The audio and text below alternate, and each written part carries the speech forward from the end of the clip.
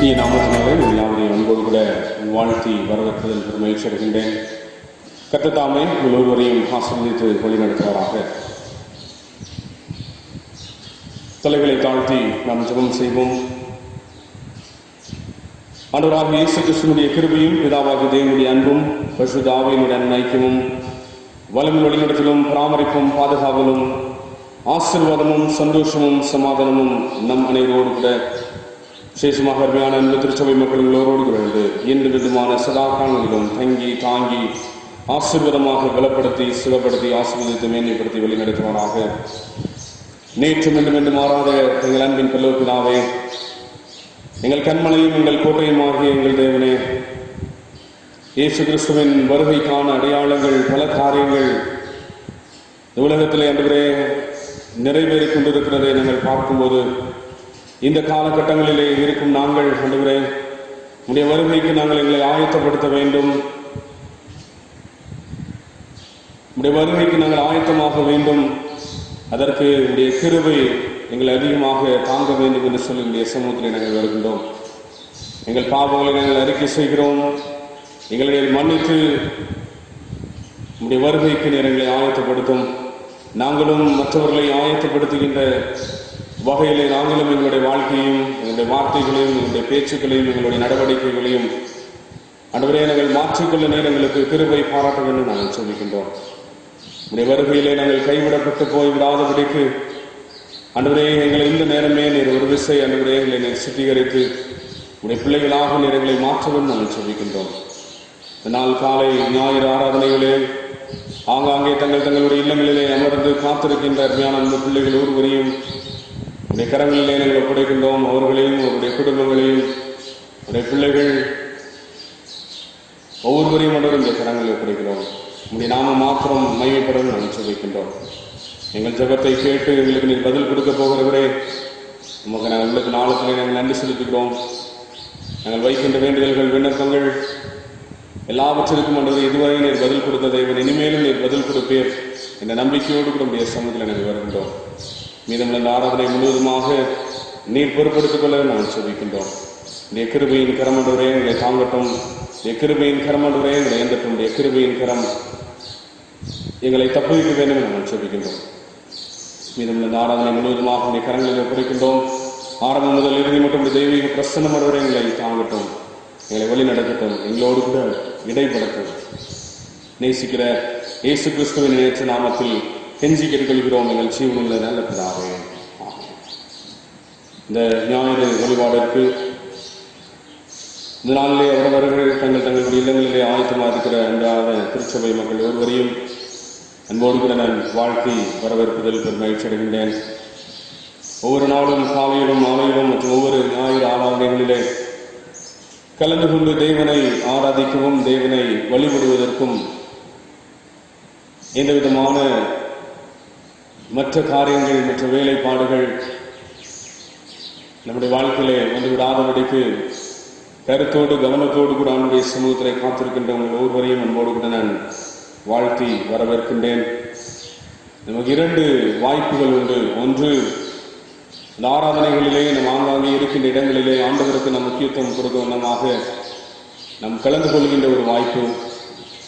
அதனுடைய ஆலயத்திற்கு போக முடியவில்லையே என்ற ஒரு ஏக்கம் நம்முடைய வாழ்க்கையில் இருந்தாலும் அந்த ஏக்கத்தை ஆண்டுடைய கரத்திலே நம்ம ஒப்புவித்து, ஆண்டவரே சீக்கிரமாக ஆலயங்கள் திறக்கப்பட வேண்டும், யாருக்கும் கிடைக்காத ஒரு ஸ்லாக்கியத்தை எங்களுக்கு தந்திருக்கிறீர், உடைய வார்த்தைகளை கேட்கின்ற ஒரு ஸ்லாக்கியம்.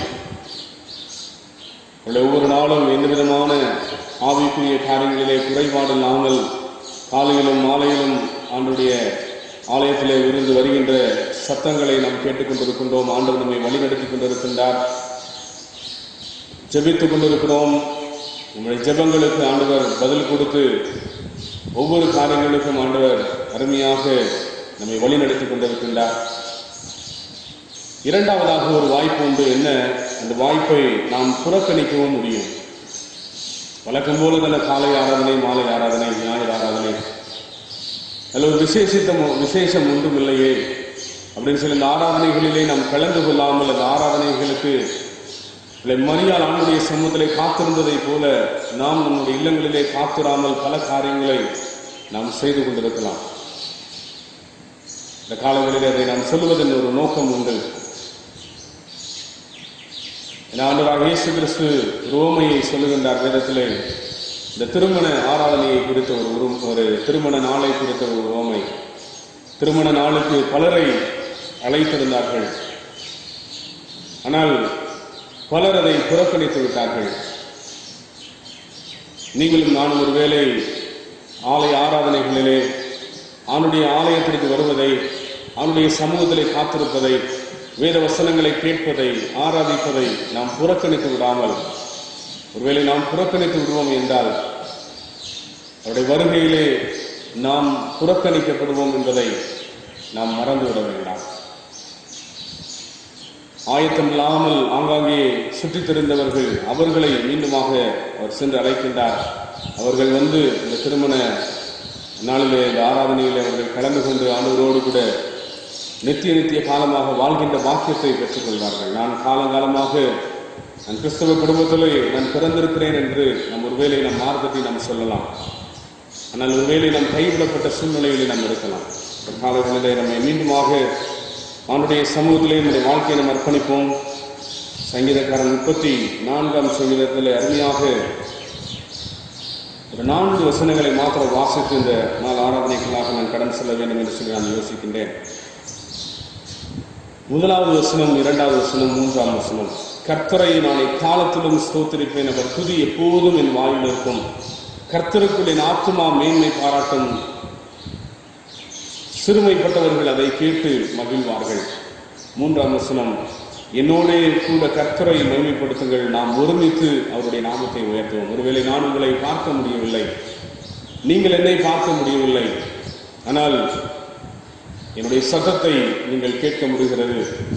என்னோடு கூட இணைந்து ஆண்டவரை நீங்கள் ஆராதியுங்கள், என்னோடு கூட இணைந்து ஆண்டவரை ஸ்தோத்திரியுங்கள். உங்களுக்காக சீக்கிரமாக அவருடைய ஆலயத்திலே அவருடைய நன்மையை பெற்றுக்கொள்ளும்படியாக, அவருடைய வழிகாட்டுதலை பெற்றுக்கொள்ளும்படியாக சீக்கிரமாக ஆலயம் திறக்கப்பட வேண்டும் என்ற உணர்வோடு கூட அவருடைய சமூகத்தில் வருவோம். 8ஆம் வசனம், 9ஆம் வசனம், 10ஆம் வசனம் இவ்வாறாக சொல்லுகிறது. கர்த்தர் நல்லவர் என்பதை ருசித்து பாருங்கள், அவர் மேல் நம்பிக்கையாயிருக்கிற மனுஷன் பாக்கியவான். 10ஆம் வசனம் ரொம்ப தெளிவாக சொல்லுது. 9ஆம் வசனம் எப்படி சொல்லுது? கர்த்தருடைய பரிசுத்தவான்களே அவருக்கு பயந்திருங்கள், அவருக்கு காத்திருங்கள், அவருடைய சமூகத்திலே வாருங்கள். அவருக்கு பயந்தவர்களுக்கு குறைவில்லை. கர்த்தரிடத்திலே காத்திருக்கிறவர்கள் புதுபலன் அடைவார்கள். அவர்கள் கல்லுகளைப் போல செற்றைகளை அடுத்து எழும்புவார்கள். அவர்கள் ஓடினாலும் நிலைப்படையார்கள், நடந்தாலும் சோர்ந்து போவார்கள். அவருடைய சமூகத்திலே காத்திருப்பதை நாம் பாக்கியமாக நினைத்து, மரியாதை போல, மரியாதோ என்னை விடுபடாத ஒரு நல்ல பங்கை தெரிந்து கொண்டால் என்று சொல்லி ஆண்டவர் மரியாதை பார்த்து சொன்னதை போல நீங்களும் நானும் அவருடைய சமூகத்திலே காத்திருந்து நம்மை குறித்து ஆண்டவர் மேன்மையான காரியங்களை சொல்லுவதற்கு நம் ஆயத்தமாகவும், கர்த்தர் நம்முடைய வாழ்க்கையிலே பெரிய காரியங்களை அவர் செய்கிற தேவனாக இருக்கின்றார். கடைசியாக சிங்கக்குட்டிகள் தாழ்ச்சி அடைந்து பட்டினியாக இருக்கும். ஆனால் கர்த்தரை தேடுகிறவர்களுக்கோ, கர்த்தரிடத்திலே காத்திருக்கிறவர்களுக்கோ ஒரு நன்மையும் குறைவுபடாது. ஆகவே கர்த்தரிடத்திலே காத்திருப்போம், கர்த்தரை சேவிப்போம். இந்த ஞாயிறு வழிபாடுகளை என்னோடு கூட இணைந்து ஆண்டவரை மகிமைப்படுத்துங்கள், ஆண்டவரை துதியுங்கள், ஆண்டவரை ஸ்தோத்திரியுங்கள். கர்த்தர் உங்களுடைய வாழ்க்கையிலே பெரிய காரியங்களை செய்வாராக. பிறந்த ஆண்டுடைய சமூகத்திலே நாம் நமக்கு தெரிந்த ஒரு 2 பாடல்களை நாம் பாடி ஞாயிறு வழிபாடுகளாக நாம் கடன் செல்வோம். கர்த்தருடைய வாழ்க்கையில திறந்து பெரிய காரியங்களை செய்வாராக.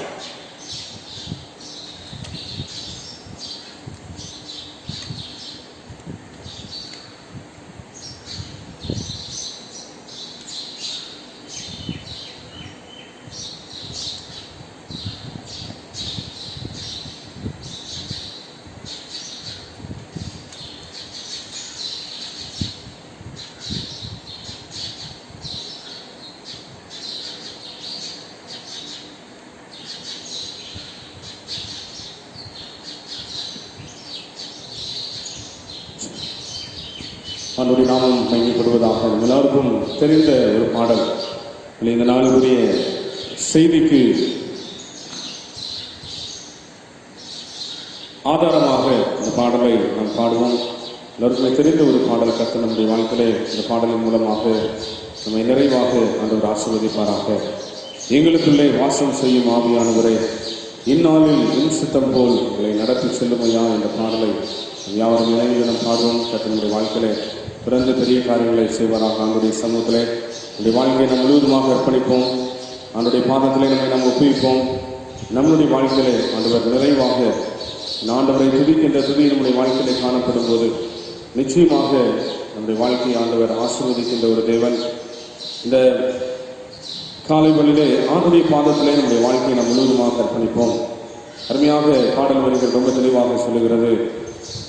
எங்களுக்குள்ளே வாசம் செய்யும் ஆவியானவரே, இந்நாளில் உன் சித்தம் போல எங்களை நீர் வழிநடத்தி செல்லுமையா என்று சொல்லி ஆண்டுடைய சமூகத்திலே நம்முடைய வாழ்க்கையை நாம் அர்ப்பணிக்கப் போகின்றோம்.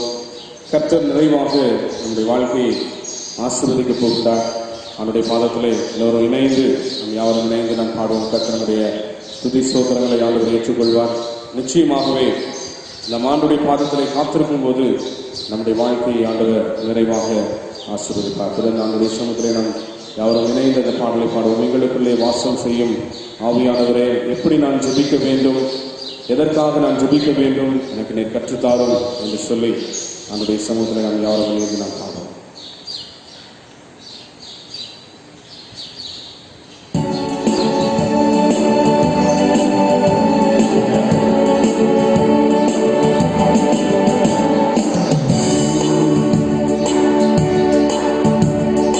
எங்களுக்குள்ளே வாசம் செய்யும் ஆவியானவரே, இந்நாளில் உம் சித்தம் போல் நடத்தி செல்லுமையா.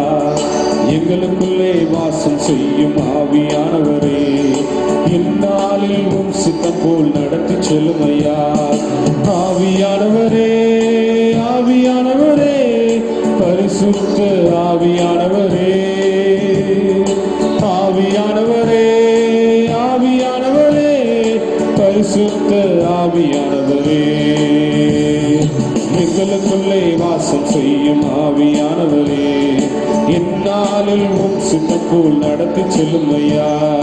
எங்களுக்குள்ளே வாசம் செய்யும் ஆவியானவரே, இந்நாளில் உம் சித்தம் போல் நடத்தி செல்லுமையா. எப்படி நான் ஜெபிக்க வேண்டும், எதற்காக ஜெபிக்க வேண்டும், கற்றுத்தாரும் ஆவியானவரே. எப்படி நான் ஜெபிக்க வேண்டும், எதற்காக ஜெபிக்க வேண்டும், கற்றுத்தாரும் ஆவியானவரே. வேதவசனம் புரிந்து கொண்ட விளக்குகளை அறிந்திட வெளிச்சம் தாரும் ஆவியானவரே. வேதவசனம் புரிந்து கொண்ட விளக்குகளை அறிந்திட வெளிச்சம் தாரும் ஆவியானவரே. ஆவியானவரே, ஆவியானவரே, பரிசுத்த ஆவியானவரே, ஆவியானவரே, ஆவியானவரே, பரிசுத்த ஆவியானவரே, எங்களுக்குள்ளே வாசம் செய்யும் ஆவியானவரே, இந்நாளில் உம் சித்தம் போல் நடத்தி செல்லுமையா. எங்களுக்குள்ளே வாசம் செய்யும் ஆவியானவரே, இந்நாளில் உம் சித்தம் போல் நடத்தி செல்லுமையா. கவலை கண்ணீர் மறக்கணும், கர்த்தரையே நோக்கணும், கற்றுத்தாரும் ஆவியானவரே. கவலை கண்ணீர் மறக்கணும், கர்த்தரையே நோக்கணும், கற்றுத்தாரும் ஆவியானவரே. செய்த நன்மை நினைக்கணும், நன்றியோடு துதிக்கணும், சொல்லித்தாரும் ஆவியானவரே. செய்த நன்மை நினைக்கணும், நன்றியோடு துதிக்கணும், சொல்லித்தாரும் ஆவியானவரே. ஆவியானவரே, ஆவியானவரே, பரிசுத்த ஆவியானவரே, ஆவியானவரே, ஆவியானவரே, பரிசுத்த ஆவியானவரே, எங்களுக்குள்ளே வாசம் செய்யும் ஆவியானவரே, இந்நாளில் உம் சித்தம் போல் நடத்தி செல்லுமையா. எங்களுக்குள்ளே வாசம் செய்யும் ஆவியானவரே, இந்நாளில் உம் சித்தம் போல் நடத்தி செல்லுமையா. எங்கு செல்ல வேண்டும், என்ன சொல்ல வேண்டும், வழி நடத்தும் ஆவியானவரே. எங்கு சொல்ல வேண்டும், என்ன சொல்ல வேண்டும், வழி நடத்தும் ஆவியானவரே. உன் விருப்பம் இல்லாத இடங்களுக்கு செல்லாமல் தடுத்து நிறுத்தும் ஆவியானவரே.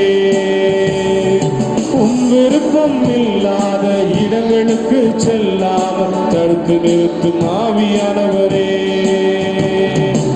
ஆவியானவரே, ஆவியானவரே, பரிசுத்த ஆவியானவரே. ஆவியானவரே, ஆவியானவரே, பரிசுத்த ஆவியானவரே. எங்களுக்குள்ளே வாசம் செய்யும் ஆவியானவரே. இந்நாளில் உம் சித்தம் போல் நடத்தி செல்லும் ஐயா. எங்களுக்குள்ளே வாசம் செய்யும் ஆவியானவரே. இந்நாளில் உம் சித்தம் போல் நடத்தி செல்லும் ஐயா. எதிரிகளின் சூழ்ச்சிகள், சாத்தானின் தீக்கினை எதிர்த்து நிற்க பலன் வேண்டுமே. எதிரிகளின் சூழ்ச்சிகள், சாத்தானின் தீக்கணைகள் எதிர்த்து நிற்க பலன் வேண்டுமே. உடல் சோர்வு அசதிகள், பலவீனங்கள் நீக்கி உற்சாகத்தால் நிரப்ப வேண்டுமே.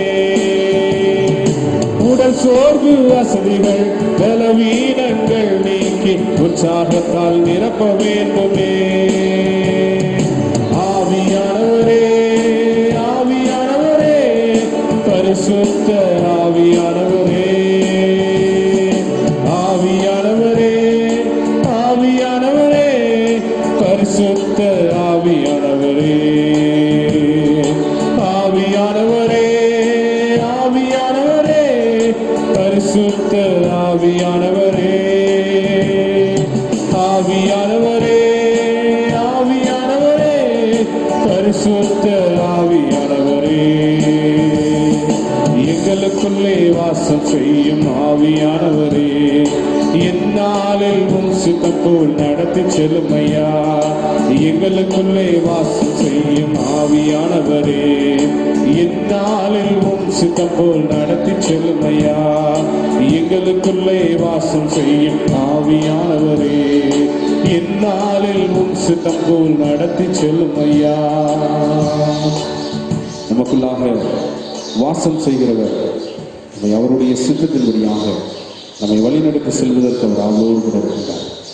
ஆண்டுடைய சமூகத்திலே நீங்களும் நானும் நம்முடைய வாழ்க்கையை முழுவதுமாக நாம் அர்ப்பணிக்கும் போது நாம் என்ன சொல்ல வேண்டும், என்ன செய்ய வேண்டும் என்பதை ஆண்டவர் நமக்கு வழிநடத்துகிற ஒரு தேவனாக இருக்கிறார். நீங்களும் நானும் ஆண்டுடைய சமூகத்திலே, ஆண்டுடைய பாதத்திலே நம்முடைய வாழ்க்கையை முழுவதுமாக நாம் அர்ப்பணிப்போம் என்றால் நிச்சயமாக நம்முடைய வாழ்க்கையிலே ஆண்டவர் நம்மை நிறைவாக நம்மை ஆசீர்வதிக்கின்ற தேவன்.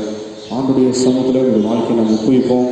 கர்த்தர் நம்முடைய வாழ்க்கையில எல்லா விதமான அனுகிரகத்தினாலும், ஆசீர்வாதங்களினாலும், நம்முடைய கிருபையினாலும், இரக்கத்தினாலும் ஆண்டவர் நம்மை முடிசூட்டி நம்மை வழிநடத்துவதற்கு அவர் வல்லமையாக இருக்கின்றார். அது மாத்திரமல்ல, நீங்களும் நானும் ஆண்டுடைய சமூகத்திலே நாம் காத்திருக்கும் போதெல்லாம் நாம் நம்முடைய கவலைகள், நம்முடைய கண்ணீர்கள் அவற்றை நாம் ஆண்டுடைய பாதத்திலே, ஆண்டுடைய சமூகத்திலே நாம் அர்ப்பணிக்கும் போது, ஒப்புவிக்கும் போது நம்முடைய வாழ்க்கையை ஆண்டவர் நிறைவாக ஆசீர்வதிக்கின்ற தேவன். நீங்களும் நானும் ஆண்டுடைய சமூகத்தில் இந்த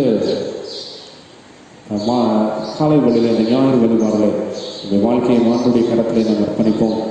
ஆண்டவர் பரம நேசுவை ஆண்டவர் நிறைத்தார், நம்மையும் ஆண்டவர் நிறைப்பார். ஒருவேளை இந்த நாளுக்குரிய செய்தியின் போது இந்த பாடலை நாம் மீண்டுமாக சற்று இன்னும் கொஞ்சம் நம்ம ஆழமாக நாம் ஆராய்ந்து நாம் பார்க்க போகின்றோம். அக்கினி அபிஷேகம் வேண்டிடும், தூய ஆவியால் இதனை நிரப்பிடும் என்று சொல்லி ஆண்டுடைய சமூகத்தில் இந்த காலை வேளையிலே நம்முடைய பாதத்தில் நம்ம பாடப்போகின்றோம். இந்த பாடல் நிச்சயமாக நம்முடைய வாழ்க்கையை ஒரு விசை மாற்ற வேண்டும் என்று சொல்லி நம்முடைய சமூகத்திலே நம்ம தாழ்த்துவோம். கர்த்தர் நம்மை நிறைவாக ஆசீர்வதிப்பார். நம்முடைய சமூகத்தில் எல்லாரும் இணைந்து அக்கினி அபிஷேகம் என்கிறோம், தேவ ஆவியால் இறங்கிடும். தேவா தேவா, இந்த க்ஷணமே எங்கள் இறங்கி வாரும், எங்களோடு கூட இடும். நான் எங்கே 2 அல்லது 3 பேரை நாமத்தினாலே கூடி வருகிறீர்களோ அந்த இடத்துல நான் வாசமாக இருக்கிறேன் என்று சொன்ன தேவன். ஆண்டவரை துதிக்கின்ற துதியிலே அவர் வாசமாக இருக்கிறார். இப்பொழுது நம் ஆண்டவரை துதித்துக் கொண்டிருக்கின்றோம். நிச்சயமாக அவர் நிரப்புகின்ற ஒரு தேவனாக இருக்கின்றார். யாவரும் இணைந்து இந்த பாடலை உற்சாகமாக ஆண்டுடைய சமூகத்தில் யாவரும் இணைந்து நாம் பாடுவோம். அருமையான ஒரு பாடல், அக்கினி அபிஷேகம் ஈர்ந்திருந்த பாடலை யாவரும் இணைந்து நாம் பாடுவோம்.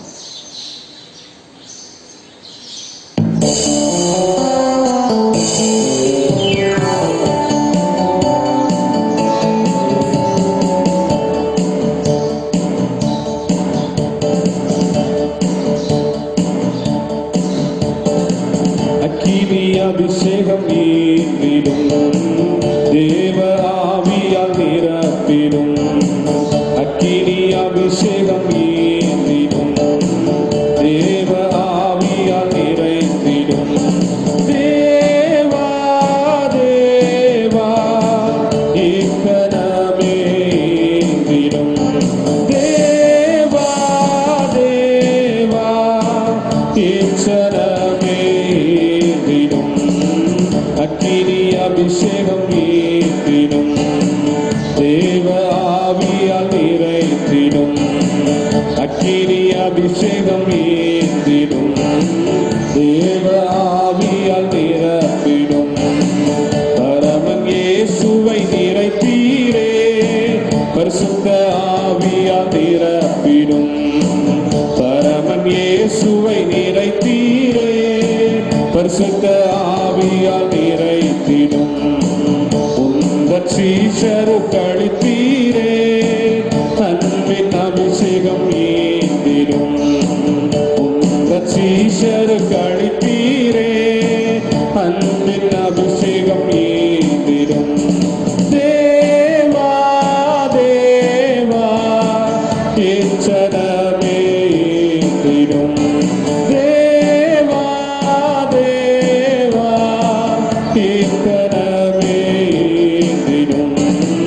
அக்கினி அபிஷேகம் ஈர்த்திடும் தேவ ஆவியால் நிரப்பிடும். அக்கினி அபிஷேகம் ஈர்த்திடும் தேவ ஆவியால் நிரப்பிடும். சிம்சோன் கிதியோனை நிறைத்தீரே கர்த்தரின் ஆவியால் நிறைத்திடும். தீர்க்கன் எலியாவுக்கு அளித்தீரே இரட்டிப்பின் வல்லமையால் நிரப்பிடும். சிம்சோன் கிதியோனை நிறைத்தீரே கர்த்தரின் ஆவியால் நிறைத்திடும். தீர்க்கன் எலிசாவுக்கு அளித்தீரே இரட்டிப்பின் வல்லமையால் நிரப்பிடும். தேவா தேவா இக்கணமே ஈர்த்திடும். தேவா தேவா இச்சனமே ஈர்த்திடும். அக்கினி அபிஷேகம் ஈர்த்திடும் தேவ ஆவியால் நிரப்பிடும். அக்கினி அபிஷேகம் ஈர்த்திடும் தேவ ஆவியால் நிரப்பிடும். மீட்பர் இயேசுவின் வருகையிலே நானும் அவரை போலிருக்கவே மீட்பின் நாளுக்கு முத்திரையாய் பரிசுத்த ஆவியால் நிறைத்திடும். மீட்பர் இயேசுவின் வருகையிலே நானும் அவரை போலிருக்கவே மீட்பின் நாளுக்கு முத்திரையாய் பரிசுத்த ஆவியால் நிரப்பிடும். தேவா தேவா இக்கணமே ஈர்த்திடும். தேவா தேவா இக்கணமே ஈர்த்திடும். அக்கினி அபிஷேகம் ஈர்த்திடும் தேவ ஆவியால் நிரப்பிடும். அக்கினி அபிஷேகம் ஈர்த்திடும் தேவ ஆவியால் நிரப்பிடும். அக்கினி அபிஷேகம் ஈர்த்திடும் தேவ ஆவியால் நிரப்பிடும். அக்கினி அபிஷேகம் ஈர்த்திடும் தேவ ஆவியால் நிரப்பிடும். அக்கினி அபிஷேகத்தினால் ஆண்டவர் நம்மை நிரப்ப விரும்புகிறார். ஆண்டுடைய சமூகத்திலே நீங்களும் நானும் காத்திருக்கும் போது அவனுடைய பாதத்திலே நம்மையே முழுவதுமாக நம்ம அர்ப்பணிக்கும் போது, அவனுடைய சமூகத்தில் ஒரு வாழ்க்கையை நாம் முழுவதுமாக ஒப்புவிக்கும் போது, பரமநேசுவை நிறைத்த தேவன் உங்களையும் என்னையும் ஆண்டவர் அவருடைய அருட்பொழிவினால், அவருடைய ஆசீர்வாதங்களினால், பரிசுத்த ஆவியானவருடைய அபிஷேகத்தினால் நம்மை நிரப்புவாராக. தொடர்ந்து அவருடைய சமூகத்திலே நாம் காத்திருப்போம். கர்த்தர் நம்முடைய வாழ்க்கையிலே தொடர்ந்து பெரிய காரியங்களை செய்வாராக. ஆமென். யாரும் அவருடைய சமூகத்திலே தொடர்ந்து நம் ஜெப நிலையில் நாம் இருப்போம். அவருடைய பாதத்திலே நம்மை நாம் முழுவதுமாக அர்ப்பணிப்போம். நாளில் நம்ம பாடிய பாடல், நம்ம கேட்க போகிற சத்தியம் நம்முடைய ஆவிக்குரிய வாழ்க்கையிலே பிரயோஜனம் உள்ளதாக இருக்கட்டும். அவருடைய சமூகத்தில் நம்மை நாம் முழுவதுமாக நாம் அர்ப்பணிக்கிறோம்.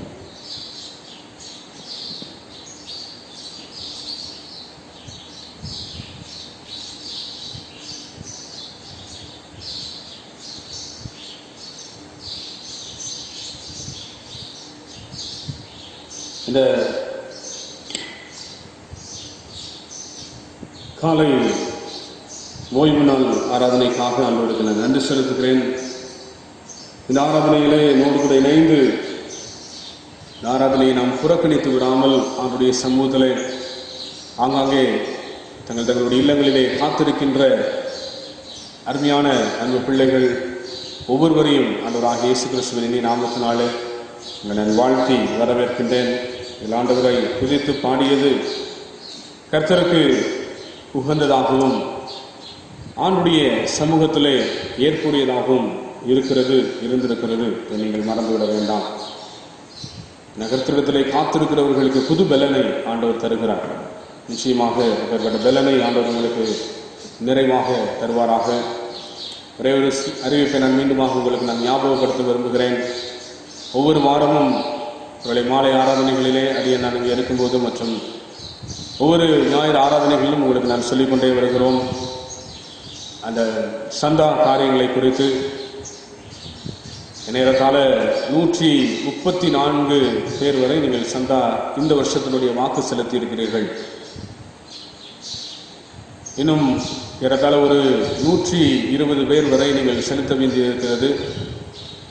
ஏன்னா இந்த கடந்த முதல் 2 ஆண்டுகள் நீங்கள் செலுத்தியிருக்கிறீர்கள். இந்த ஆண்டிலே நீங்கள் செலுத்தவில்லை என்றால் ஆலயத்திலே 2021ஆம் ஆண்டு ஆண்டவர் சித்தம் இருந்தால் ஆலயத்தில் நடைபெறுகின்ற அந்த தேர்தலிலே நீங்கள் வாக்களிக்க முடியாது, ஓட்டு போட முடியாது. ஆலய தேர்தலிலே கமிட்டி அங்கத்தினர்களை தேர்ந்தெடுக்கும் அந்த தேர்தலிலே நீங்கள் ஓட்டு போட முடியாது. ஆகவே வருகின்ற ஜூலை 31ஆம் தேதி வரை நமக்கு கடைசி நாள்.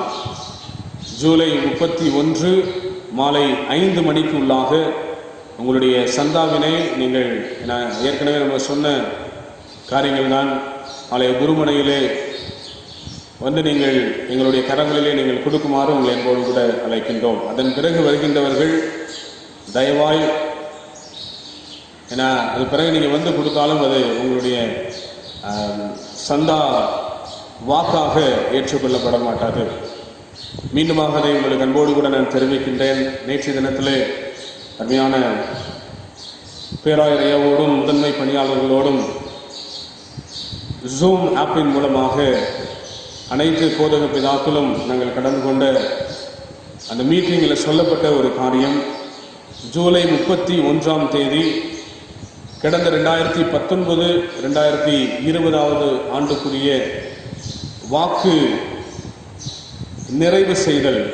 கடந்த வருஷத்திலே வாக்கு செய்து வாக்கு முடிக்காமல் மார்ச் மாதத்துக்குள்ளாக முடிக்காதவர்கள் ஜூலை 31ஆம் தேதிக்குள்ளாக முடிக்க வேண்டும் என்று சொல்லி நமக்கு ஏற்கனவே அறிவித்திருந்தோம்.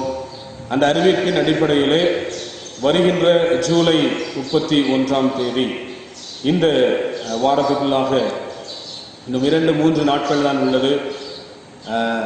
இந்த நாளுக்குள்ளாக நீங்கள் உங்களுடைய வாக்கு கடந்த வருஷத்தினுடைய பாக்கிகளை, சந்தா பாக்கிகளை நீங்கள் செலுத்துமாறு உங்களை என்போடு அழைத்திருக்கிறோம். இரண்டாவதாக இந்த வருஷம் 2020-21 இந்த ஆண்டிலே 3வது ஆண்டு இந்த ஆண்டுக்குரிய வாக்கு தொகைகளை நீங்கள் செலுத்த வேண்டும். அதாவது நீங்கள் 30 ரூபா சந்தா கட்டிட்டு இருக்கீங்க அப்படின்னா ஏதாகிலும் ஒரு மாதத்தை ஆகிலும் 30 ரூபா வீதம் நீங்கள் கட்டி நீங்கள் வாக்கு செய்தோர் பட்டியலிலே நீங்கள் இடம்பெற வேண்டும் என்றால் ஜூலை 31ஆம் தேதி மாலை 5 மணிக்குள்ளாக உங்களுடைய சந்தாவினை நீங்கள் செலுத்த வேண்டும் என்று சொல்லி உங்களை என்பது கூட அழைக்கின்றேன். அதன் பிறகு வருகின்றவர்கள் நீங்கள் வாக்கு செய்தோர் பட்டியலிலே இடம்பெற முடியாது. அதை மீண்டுமாக என்போடு கூட நான் அழைக்கின்றேன், மீண்டுமாக சொல்லுகின்றேன். இந்த 3வது ஆண்டு 2020-2021ஆம் ஆண்டுக்குரிய சந்தா வாக்கு தொகைகளை 30 ரூபாய் நீங்கள் கட்டினீங்கன்னா 30 ரூபாய் ஒன்று கட்டி நீங்கள் வாக்கு செய்தோர் பட்டியலிலே நீங்கள் இடம்பெற உங்களை என்போடு கூட அழைக்கின்றோம். ஒருவேளை நீங்கள் 150 ரூபாய் நீங்கள் கட்டி கொண்டிருக்கிறீர்கள், தேர்தலிலே நான் நிற்க வேண்டும் என்ற சிந்தையோடு, அப்படின்னா நீங்கள் 150 ரூபாய் ஆகிலும் நீங்கள் கட்டி வாக்கு செய்தோர் பட்டியலிலே நீங்கள் இடம்பெற உங்களை என்போடு கூட அழைக்கின்றோம். ஆகவே இதை நீங்கள் மனதிலே நீங்கள் வைத்துக் கொள்ளுங்கள். தொடர்ந்து இந்த காலங்களிலே நீங்கள் செய்ய வேண்டிய காரியங்கள், இந்த ஜூலை 31ஆம் இந்த மாதம் 31ஆம் தேதி இன்னொரு 4 நாள் தான் இருக்குது. அதுக்குள்ள இந்த வருஷத்தினுடைய வாக்குகளையும் கடந்த வருஷத்தினுடைய சந்தா பாக்கிகளையும் நீங்கள் செலுத்துமாறு உங்களை என்போடு கூட அழைக்கின்றேன். கர்த்தர் உங்களை நிறைவாக ஆசீர்வதிப்பாராக. இதுவரை நீங்கள் எங்களுக்கு கொடுத்து கொண்டிருக்கிற ஒத்துழைப்புக்காக ஆலய ஆராதனைகள் ஒருவேளை நம்ம அடைக்கப்பட்டிருந்தாலும் உண்மையாகவே நமது கலெக்டருக்கும் கலெக்டர் அலுவலகத்திலே பணிபுரிகின்ற அனைத்து அலுவலர்களுக்கும் நான் நன்றி சொல்ல வேண்டும். எங்களுடைய ஆலயம் பூட்டப்பட முடியாது. ஒருவேளை ஆலய வாசல்கள் நாங்கள் பூட்டியிருந்தாலும் ஒவ்வொரு நாளும் காலையிலும் மாலையிலும் நாங்கள் ஆராதனை எடுப்பதற்கு நீங்கள் அனுமதிக்க வேண்டும்.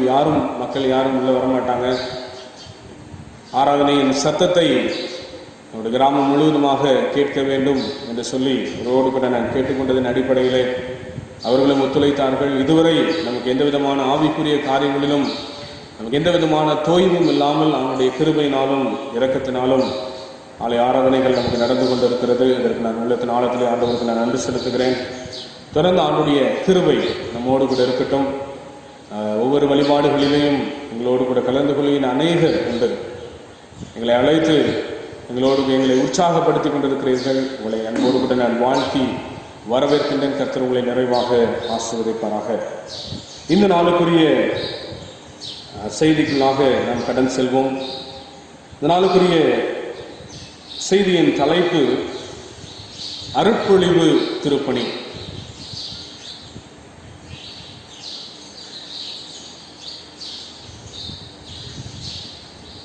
அருட்பொழிவு திருப்பணி.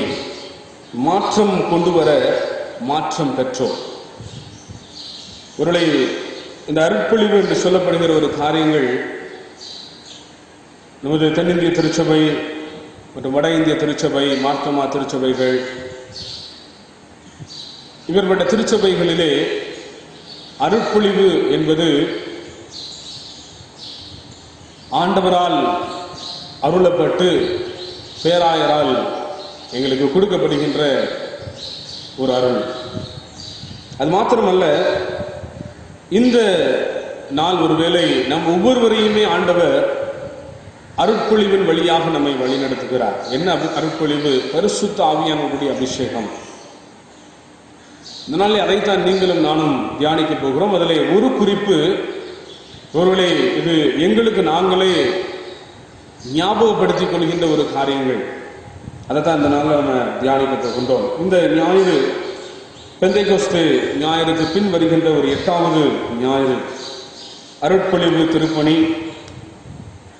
ஏற்கனவே பெந்தைகோஸ்து நாளிலே பரிசுத்த ஆவியானவருடைய அபிஷேகம் எந்த அளவுக்கு இருந்தது அப்போஸ்தலர் நடவடிக்கைகளின் புஸ்தகம் 1ஆம் அதிகாரம் 8ஆம் வசனத்தை மையமாக வைத்து நாம் தியானித்தோம்.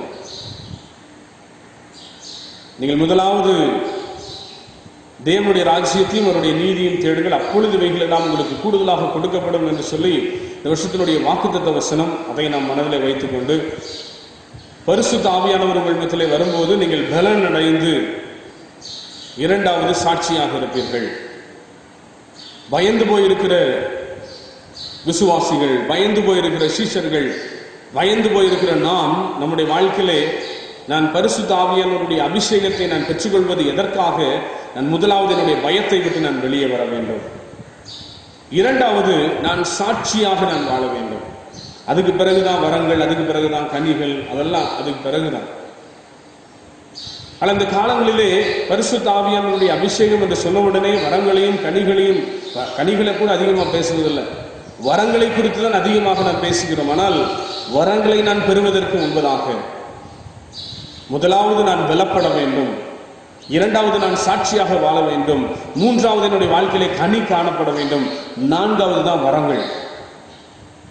ஏன் அப்படி ஆர்டர் பண்ணி நான் சொல்றேன் அப்படின்னா, என்னுடைய வாழ்க்கையில நான் பலன் அடையாமல் வரத்தை பெற்றுக்கொள்ள முடியாது. என்னுடைய வாழ்க்கையில நான் சாட்சியாக நான் வாழாமல் என்னதான் என்னுடைய வாழ்க்கையிலிருந்து வரம் வெளிப்பட்டாலும், என்னதான் என்னுடைய வாழ்க்கையிலிருந்து பலவிதமான வரங்கள் வெளிப்பட்டாலும், அந்த வரங்களினால் எனக்கு எந்த விதமான பயனும் இல்லை. ஆகவே நான் முதலாவது பலன் அடைய வேண்டும், இரண்டாவது நான் சாட்சியாய் வாழ வேண்டும். அப்பதான் நம்முடைய வாழ்க்கையிலே கனி வெளிப்படும்.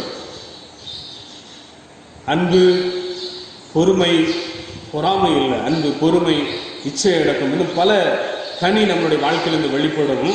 அதன் பிரதிபலனாக நம்முடைய வாழ்க்கையிலே ஆண்டவர் அவரவர்களுக்கு என்னென்ன வரங்களை கொடுத்தால் அவருடைய வாழ்க்கையிலும் மற்றவருடைய வாழ்க்கையிலும் அவர்கள் பயன்படுவார்கள் என்பதை பார்த்து ஆண்டவரா பார்த்து வரத்தை கொடுக்கிறவங்க.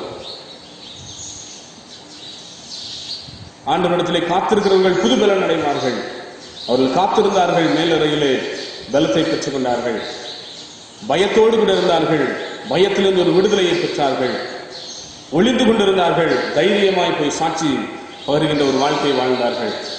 அவருடைய வாழ்க்கையில் இந்த கனி வெளிப்பட்டது, அன்பு வெளிப்பட்டது, நற்குணம் வெளிப்பட்டது, வரங்களும் வெளிப்பட்டது. காலங்களிலே நீங்களும் நானும் வரத்திற்கு நாம் பின்பதாக போய் பலன் அடையாமல், சாட்சியாய் வாழாமல், என்னுடைய வாழ்க்கையில வரம் இருக்கிறது, என்னுடைய வாழ்க்கையில அது இருக்கிறது, இது இருக்கிறதுன்னு என்னதான் நாம் பறைசாற்றினாலும் அதில் எந்த விதமான பிரயோஜனமும் இல்லை. அதெல்லாம் வெளியான ஒரு காரியங்கள். உம்முடைய நாமத்தினாலே நாங்கள் பிசாசுகளை துரத்தினோமே, உம்முடைய நாமத்தினாலே நாங்கள் அற்புதங்களை செய்தோமே, உம்முடைய நாமத்தினாலே நாங்கள் அந்நிய பாஷைகளை பேசினோமே அப்படின்னு சொல்லி ஆண்டவரை பார்த்து சொல்லும் போது, நான் உங்களை அறியேன் என்ற வார்த்தை வந்துவிடும். முதல் 3 இல்லாமல் இருந்தால், முதல் 3 என்ன? நான் பலனடைய வேண்டும், சாட்சியாய் வாழ வேண்டும், கனி கொடுக்கின்ற ஒரு வாழ்க்கை வாழ வேண்டும். இல்லை என்றால் ஆண்டவர் நம்மளை பார்த்து சொல்ல, நான் உன்னை அறியேன், அகன்று போ. அவை நம்முடைய வாழ்க்கையிலே முதல் 3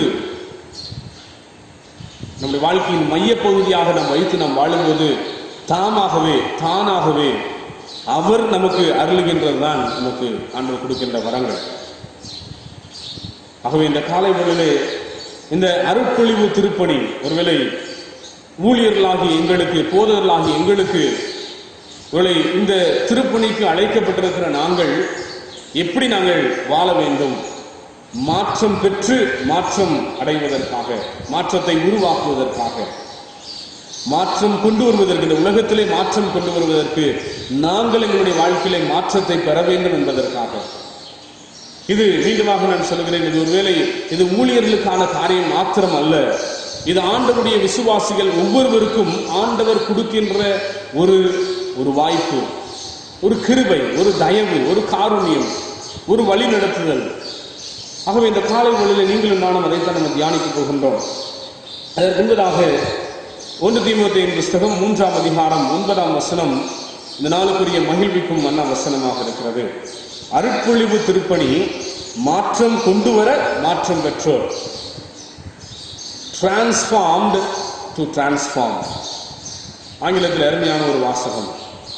நான் எதற்காக ஒரு மாற்றம் பெற வேண்டும்? மற்றவர்களை நான் மாற்றுவதற்காக. நான் மாற்றம் பெற்றாதான், அதுக்கு தான் எங்க அப்பா அடிக்கடி இந்த வார்த்தையை சொல்லி நீங்கள் வாழ வேண்டும் என்று சொல்லுவார். பிரசங்கிக்கிற நீ ஆகாதவனாய் போய்விடக்கூடாது. ஆகவே இந்த காலை வேளையிலே நீங்களும் நானும் விசுவாசத்தின் ரகசியத்தை சுத்த மனசாட்சியிலே காத்துக் கொள்ளுகிறவர்களாயும் இருக்க வேண்டும். எனவே இந்த நாளுக்குரிய மகிழ்விக்கும் என்ன வசனம், விசுவாசத்தின் ரகசியத்தை சுத்த மனசாட்சியிலே, மாய்மாலமான மனசாட்சியிலே அல்ல. இந்த மாய்மாலமான மனசாட்சி அப்படின்றதே இல்லைன்னு நினைக்கிறேன் என்னை பொறுத்தவரை. மனசாட்சி அப்படின்னாலே அதில் பரிசுத்த ஆவியானவர் இருக்க வேண்டும். அந்த பரிசுத்த ஆவியானவருடைய மனசாட்சியின் மூலமாக நம்முடைய இருதயத்திலிருந்து ஆண்டவர் நமக்கு வெளிப்படுகின்றார். ஆகவே அவர் சுத்தமுள்ளவராக தான் இருக்கின்றார். ஆகவே பரிசுத்த ஆவியானவர் வாழ்கின்ற ஒரு மனசாட்சி நம்முடைய வாழ்க்கையில் இருக்கும் என்றால் அது சுத்த மனசாட்சியாகவே தான் இருக்கும். அப்படி அவர் இருக்கும்போது நான் விசுவாசத்தின் ரகசியத்தை நான் காத்து கொள்ளுவதற்கு நான் ஏதுகரமாக நான் இருக்க வேண்டும். என்னுடைய விசுவாசத்தை நான் வெளிப்படுத்தும் போது அந்த விசுவாசத்தை நான் வாழ்ந்து காட்ட வேண்டும். ஆகவே இந்த வார்த்தைகளை இந்த நாளுக்குரிய செய்தியின் போது நாம் தியானிப்போம். இந்த வார்த்தைகளை வசனத்தை என்னோடு கூட இணைந்து செல்லவும் என்பது அழைக்கிறேன். அருட்பொழிவு திருப்பணி மாற்றம் கொண்டு வர மாற்றம் பெற்றோர் விசுவாசத்தின் ரகசியத்தை சுத்த மனசாட்சியிலே காத்து கொள்ளுகிறவர்களாயும் இருக்க வேண்டும். இது ஆண்டவர் கொடுத்திருக்கிற ஒரு கட்டளை. இங்கே அப்போஸ்தலனாகிய பவுல் தீமோத்தேயுவுக்கு எழுதின நிருபத்தில் இதை எழுதியிருந்தாலும் இதை ஒருவேளை அங்கே அவர் எப்படி எழுதுகின்றார்? பரிசுத்த ஆவியானவருடைய வல்லமையினாலும் பரிசுத்த ஆவியானவருடைய அபிஷேகத்தினாலும் பரிசுத்த ஆவியானவருடைய வழிநடத்தினாலும் அவர் எழுதுவதால் விசுவாசத்தின் ரகசியத்தை சுத்த மனசாட்சியிலே காத்து கொள்ளுகிறவர்களாயும் இருக்க வேண்டும் என்று சொல்லி ஆண்டவர் உங்களுக்கும் எனக்கும் ஆண்டவர் இந்த நாளிலே நமக்கு ஞாபகப்படுத்துகிறதை நாம் பார்க்கின்றோம். சரி, இப்ப சுத்த மனசாட்சியில் இருக்கிறவர்கள் எப்படி என்ன செய்ய வேண்டும்? என்ன செய்ய வேண்டும்? அதான் முதல் 3 குறிப்புகளை சாதாரணமாக 3 குறிப்புகளிலே இந்த நாளுக்குரிய தியானத்தை நாம் தியானிக்க போகிறோம். முதலாவதாக தேவ வார்த்தையை அப்படியே நாம் போதிக்க வேண்டும். பல இடங்களிலே வார்த்தைகள் போதிக்கப்படும் போது அவரவருடைய சுயநலத்திற்கு ஏற்ப அந்த வார்த்தைகள் போதிக்கப்பட்டுக் கொண்டிருக்கிறது. கால சூழ்நிலைக்கு ஏற்ப வார்த்தைகளை போதித்துக் கொண்டிருக்கிறோம். ஆனால் வேத வசனம் ஒரு ஊழியக்காரனுடைய அழகு, ஒரு போதகருடைய அழகு, ஆண்டவரால் அபிஷேகிக்கப்பட்டவர்களுடைய அழகு என்ன? உள்ளதை உள்ளதென்று சொல்ல வேண்டும். சாமுவேல் சொன்னார். அதனால தான் சாமுவேலுக்கு ஆண்டவர் ஒரு பாக்கியத்தை தந்தார். என்ன? அபிஷேகிக்கிற ஒரு பாக்கியம், அபிஷேகிக்கிற ஒரு வல்லமை. நீங்களும் நானும் உள்ளதை உள்ளதென்று தேவ வார்த்தையிலே எப்படி இருக்கிறதோ அப்படி நாம் போதிக்கும் போது நம்முடைய வாழ்க்கையிலே ஆண்டவர் நம்மை ஊழியக்காரனாக பார்க்கின்றார். இல்லை என்றால் அவருடைய சீஷனாக பார்க்கின்றார். இல்லை என்றால் ஒரு சாதாரண மனுஷனாக கூட நம்மளை பார்க்கிறது இல்லை. ஏன்னா அவர் சொல்லுவதை ஒருவேளை யோனாவுடைய வாழ்க்கையை நாம் பார்ப்போம் என்றால் அவர் என்ன செய்ய சொன்னார்? நினிவேக்கு போய் நான் சொல்லுகிறதை சொல் என்றார். ஆனால் அவர் மாறாக தர்சிஷுக்கு போறார். அதற்கு நேர் எதிராக பலவிதமான போராட்டங்கள், கடல் அலைகள், கொந்தளிப்பு, கடல்ல தூக்கி யோனாவை போடுறாங்க. யோனாவை ஒரு மீன் முழுங்கி வந்து நினிவே கரையில தூக்கிடுது. ஒருவேளை நம்ம நினைக்கலாம் ஆண்டவருடைய காரியங்களை நான் சொல்ல மாட்டேன் அப்படின்னு ஒருவேளை, அல்லது ஆண்டவருக்காக சாட்சியாக வாழ மாட்டேன் அப்படின்னு நம்ம நினைச்சோம் அப்படின்னா நம்முடைய வாழ்க்கையிலே அதுதான் நமக்கு வாழ வேண்டிய ஒரு நிர்பந்தம், ஒரு கட்டாயம், ஒரு கட்டளை. ஆகவே ஆண்டவருடைய நாமத்தை மகிமைப்படுத்துகின்ற பிள்ளையாக நீங்களும் நானும் வாழ வேண்டும் என்று சொல்லி ஆண்டவர் விரும்புவதை நாம் பார்க்கின்றோம். இங்கே எசேக்கியேல் எழுதின தீர்க்கதரிசன புஸ்தகம் 33ஆம் அதிகாரம் முதல் 9 வசனங்கள் சற்று வேகமாக நான் வாசிக்கின்றேன். ரொம்ப முக்கியமான காரியங்கள். கர்த்தருடைய வார்த்தை எசேக்கியேலுக்கு உண்டாகி எனக்கு உண்டாகி, அவர் மனுபுத்திரனே, நீ உன் ஜனத்தின் புத்திரரோடே பேசி அவர்களுடைய கூட சொல்ல வேண்டியது என்னவென்றால், அல்லது சொல்ல வேண்டியதாவது, நான் தேசத்தின் மேல் பட்டயத்தை வரப்பண்ணுகையில் தேசத்தின் ஜனம் தங்கள் எல்லைகளில் உள்ள ஒருவனை அழைத்து அவனை தங்களுக்கு காவல்காரனாக வைத்த பின்பு இவன் தேசத்தின் மேல் பட்டயம் வருவதை கண்டு எக்காலம் ஊதி ஜனத்தை எச்சரிக்கும் போது எக்காலத்தின் சத்தத்தை கேட்கிறவன் அதை கேட்டும் எச்சரிக்கையாயிராமல், நமக்கு ஒரு ஆபத்து வருகிறது, அந்த ஆபத்து வருகிறதை ஊழியக்காரராகிய நாங்கள் அல்லது கிறிஸ்தவர்களாகிய நாம் அதை கேட்டு மற்றவர்களுக்கு நான் சொல்லாமல் நான் இருப்பேனே என்றால், அல்லது முதலாவது நான் சொல்லுவேனே என்றால், சத்தத்தை கேட்டு எச்சரிக்கையாமல் நான் சொல்லாம நான் போயிட்டேன் அப்படின்னா பட்டயம் வந்து அவனை வாரிக்கொள்ளுகிறது உண்டானால் அவனுடைய இரத்தப்பழி அவன் தலையின் மேல் விழுகும். இது சாதாரணமா சொல்லணும் அப்படின்னா 9ஆம் வசனத்தை வாசித்தோம்னா நமக்கு ரொம்ப தெளிவாக தரும். 8ஆம் வசனத்துல இருந்து நான் வாசிக்கிறேன். இதனுடைய அர்த்தம் முதல் 6 வசனங்களுடைய அர்த்தம் 8வது வசனத்திலையும் 9ஆம் வசனத்திலையும் ரொம்ப தெளிவாக நமக்கு சொல்லப்பட்டிருக்கிறது.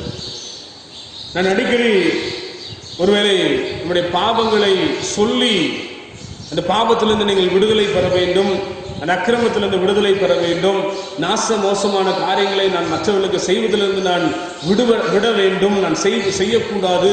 ஏன் அதை சொல்லுகிறோம் என்றால், ஒருவேளை குற்றம் சாற்றுவதற்காக அல்ல, அது எங்களுக்கு ஆண்டவர் கொடுத்திருக்கிற ஒரு மிகப்பெரிய ஒரு கடமை.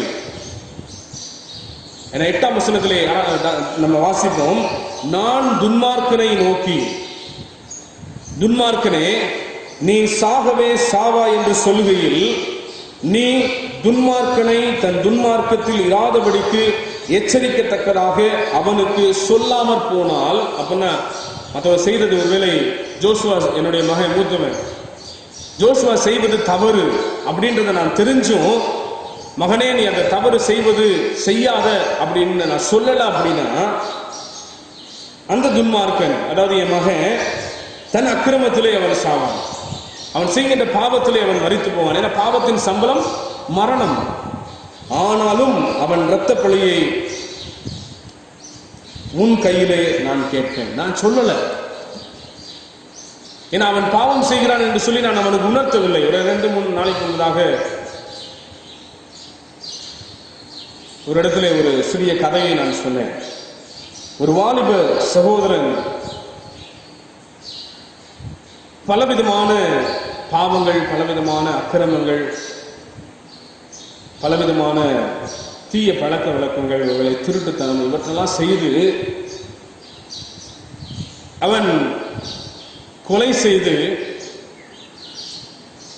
தூக்கு தண்டனைக்கு அவன் ஆயத்தமாக, அதாவது அவனுக்கு ஒரு தீர்ப்பு கொடுத்தாச்சு. அந்த தீர்ப்பின் அந்த கடைசி நாள், இந்த காலை வேளையிலே அவனுக்கு நிறைவேற்றப்பட வேண்டும். ஆகவே அந்த நியாயாதிபதி, அந்த நீதிபதி என்ன செய்கின்றார், அவனிடத்தில் உங்களுடைய கடைசி ஆசை என்ன அப்படின்னு சொல்லி கேட்கிறார்.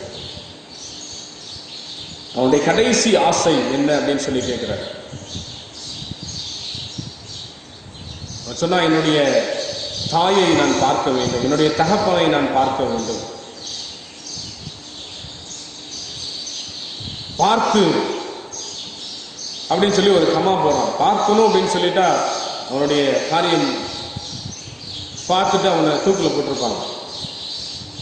ஆனால் அவன் கேட்ட அடுத்த தொடர்ந்து அவன் சொன்ன ஒரு காரியம், நான் என்னுடைய தாய் தகப்பனை நான் பார்க்க வேண்டும், பார்த்து அவர்களிடத்திலே நான் ஒரு கேள்வி கேட்க வேண்டும் என்று சொன்னான். அவருக்கு ஒரு பெரிய ஆச்சரியம். அந்த நீதிபதி ஆகவே அவருடைய தாய் தகப்பனை அழைத்து கொண்டு வந்தார்கள். நீதிபதி அவருடைய அரியணையில உட்கார்ந்துருக்கிறார், அவருடைய சேர்ல உட்கார்ந்துருக்கிறாரு. சுற்றி போலீஸ்காரங்கள்லாம் இருக்கிறாங்க. அந்த தூக்கு தொங்குகிற இடத்திலே அவருடைய தலையிலே ஒரு கருப்பு துணியை போட்டு வச்சிருக்கிறாங்க. அவருடைய தாய் தகப்பன் வந்து கண்ணீரோடு கூட அழுகிறார்கள். ஐயோ, என்னுடைய மகன் என்னை விட்டு பிரிய போகிறானே என்று சொல்லி, என்னுடைய மகன் என்னை விட்டு மரித்து போக போறானே, உனக்கு மரண தண்டனை கொடுத்துட்டீங்களே, ஏன் கொடுத்தீங்க அப்படின்னு சொல்லி கதறுகிறார்கள் பெற்றோர். அந்த முகக்கவசம், ஒருவேளை தலையில ஒரு கருப்பு துணியை போத்தி இருக்கிற அவன் உள்ளே இருந்து அவன் சொன்ன ஒரு காரியம் அந்த நீதிபதியை உழுப்பிற்று. அப்படியே அது பெரிய ஒரு ஷாக் நீதிபதிக்கு. மரிக்க வேண்டியவன் நான் அல்ல, என்னுடைய தாய் தகப்பன் தான் மரிக்க வேண்டியவர்கள். தூக்கு தண்டனை பெறுகிறதற்கு நான் தகுதி உடையவன் அல்ல, என்னுடைய தாய் தகப்பன் தான் அதற்கு தகுதியானவர்கள் என்று சொன்னான். எல்லாருக்கும் ஒரு பெரிய ஆச்சரியம். போலீஸ்காரங்க அவனை போய் அடிக்க போறாங்க. நீதிபதி சொல்றாரு, ஒன்றும் செய்யாதீங்க, அவனுடைய தலையில் இருக்கின்ற அந்த துணியை மேல தூக்குங்க அப்படின்னு சொல்றாரு. தலையில் இருக்கிற அந்த முடி, அந்த தலையில் இருக்கிற அந்த கருப்பு துணி அகற்றப்படுகிறது. அவன் கண்ணீர் வடித்தவனாய் அந்த நீதிபதி பார்த்தவனை கேட்கிறார், என்னப்பா திருப்பி சொல்லுப்பா அப்படின்னு. அவன் மீண்டுமாக தைரியமான ஒரு குரலிலே அவன் சொன்னானா, மரிக்க வேண்டிய தூக்கு தண்டனை பெற வேண்டியவன் நான் அல்ல, அங்கே நின்று கொண்டிருக்கிற என்னுடைய தாய் தகப்பன் தான் அந்த தூக்கு தண்டனையை பெற வேண்டும். மீண்டுமாக அந்த நீதிபதிக்கு பெரிய ஒரு ஷாக். என்ன இப்படி சொல்ற, அவர் சொன்ன ஒரு காரியம், நான் சிறு வயதிலே என்னுடைய பள்ளிக்கூடத்திலிருந்து ஒரு பென்சிலை நான் திருடிட்டு வந்தேன். என்னுடைய தாய் தகப்பன் ஒண்ணுமே சொல்லலை. ஒரு ரப்பரை திருடிட்டு வந்தேன், ஒரு பேனாவை திருடிட்டு வந்தேன், ஒரு பென்சிலை திருடிட்டு வந்தேன், ஒரு ஜாமெண்ட்ரி பாக்ஸை திருடிட்டு வந்தேன். என்னுடைய தாய் தகப்பன் ஒண்ணுமே சொல்லவில்லை. இது யாரு, நான் உனக்கு வாங்கி கொடுக்கவில்லையே, திருப்பி கொண்டு போய் நீ கொடுத்து விடு. இல்லை, பணத்தை திருடிட்டு வந்தேன், எங்க அம்மா வாங்கி அதை எங்க வீட்டுக்கு பயன்படுகின்ற உணவுப் பொருட்களை வாங்கி கொண்டார்கள். சிறிது சிறிதாக திருடின நான் பெரிய திருடுகளை நான் செய்ய ஆரம்பித்தேன். ரோட்ல கத்தியை காட்டி மிரட்டி நான் வாங்கினேன். சிறிய சிறிய பாவங்களை நான் செய்தேன். சிறு வயதில் பீடி குடிச்சேன், சிகரெட் குடிச்சேன். எங்க அப்பா பார்த்துட்டு என்னை ஒன்றும் சொல்லல. தண்ணி அடிச்சேன், ஒன்றும் சொல்லல. என்னுடைய உழைப்பு அவர்களுக்கு முக்கியமாக இருந்தது. நான் சம்பாதிக்கல, திருடி வந்து கொண்டு வர்ற காரியங்கள் அவர்களுக்கு முக்கியத்துவமாக இருந்தது. ஒண்ணுமே சொல்லல. கடைசியிலே என்னுடைய இக்கட்டான ஒரு சூழ்நிலையிலே நான் ஒருவனை கொலை செய்து இந்த பணத்தை நான் திருடும் போது நான் கைதாகிவிட்டேன். இப்ப சொல்லுங்க நீதிபதி, யார் குற்றம் புரிந்தவர்கள்? அந்த நீதிபதியினுடைய தலை குனிந்தது. அவனுடைய பேனாவை எடுத்தார். மீண்டுமாக அவனுடைய அந்த முடிவிலே, தீர்ப்பின் முடிவிலே கீழே ஒரு வார்த்தை எழுதினார், இவனை நான் விடுவிக்கிறேன் என்று சொல்லி. தண்டிக்கப்பட வேண்டியவர்கள் யார்? தன்னுடைய பிள்ளையை நல்வழிப்படுத்தாத பெற்றோர்.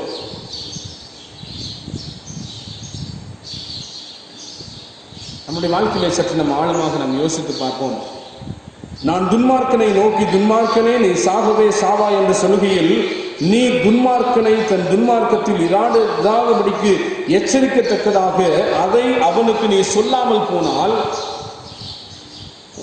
அந்த துன்மார்க்கன் தன் அக்கிரமத்திலே சாவான். ஆனாலும் அவன் இரத்தப்பழியை நான் முன் கையிலே நான் கேட்பேன். சொல்ல வேண்டிய கடமை, பெற்றோருக்கு சொல்ல வேண்டிய கடமை. தன் பிள்ளை தவறு செய்யும் போது நீ செய்வது தவறு என்று சொல்ல வேண்டிய கடமை.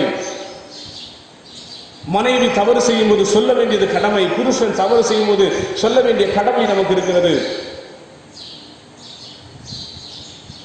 அதை நம்ம சொல்லாமல் போவோம் என்றால் அவன் பாட்டுக்கு அவன் தவறு செஞ்சுட்டே இருப்பான். அவன் பாட்டுக்கு அந்த காரியங்களை செஞ்சுட்டே இருப்பான்.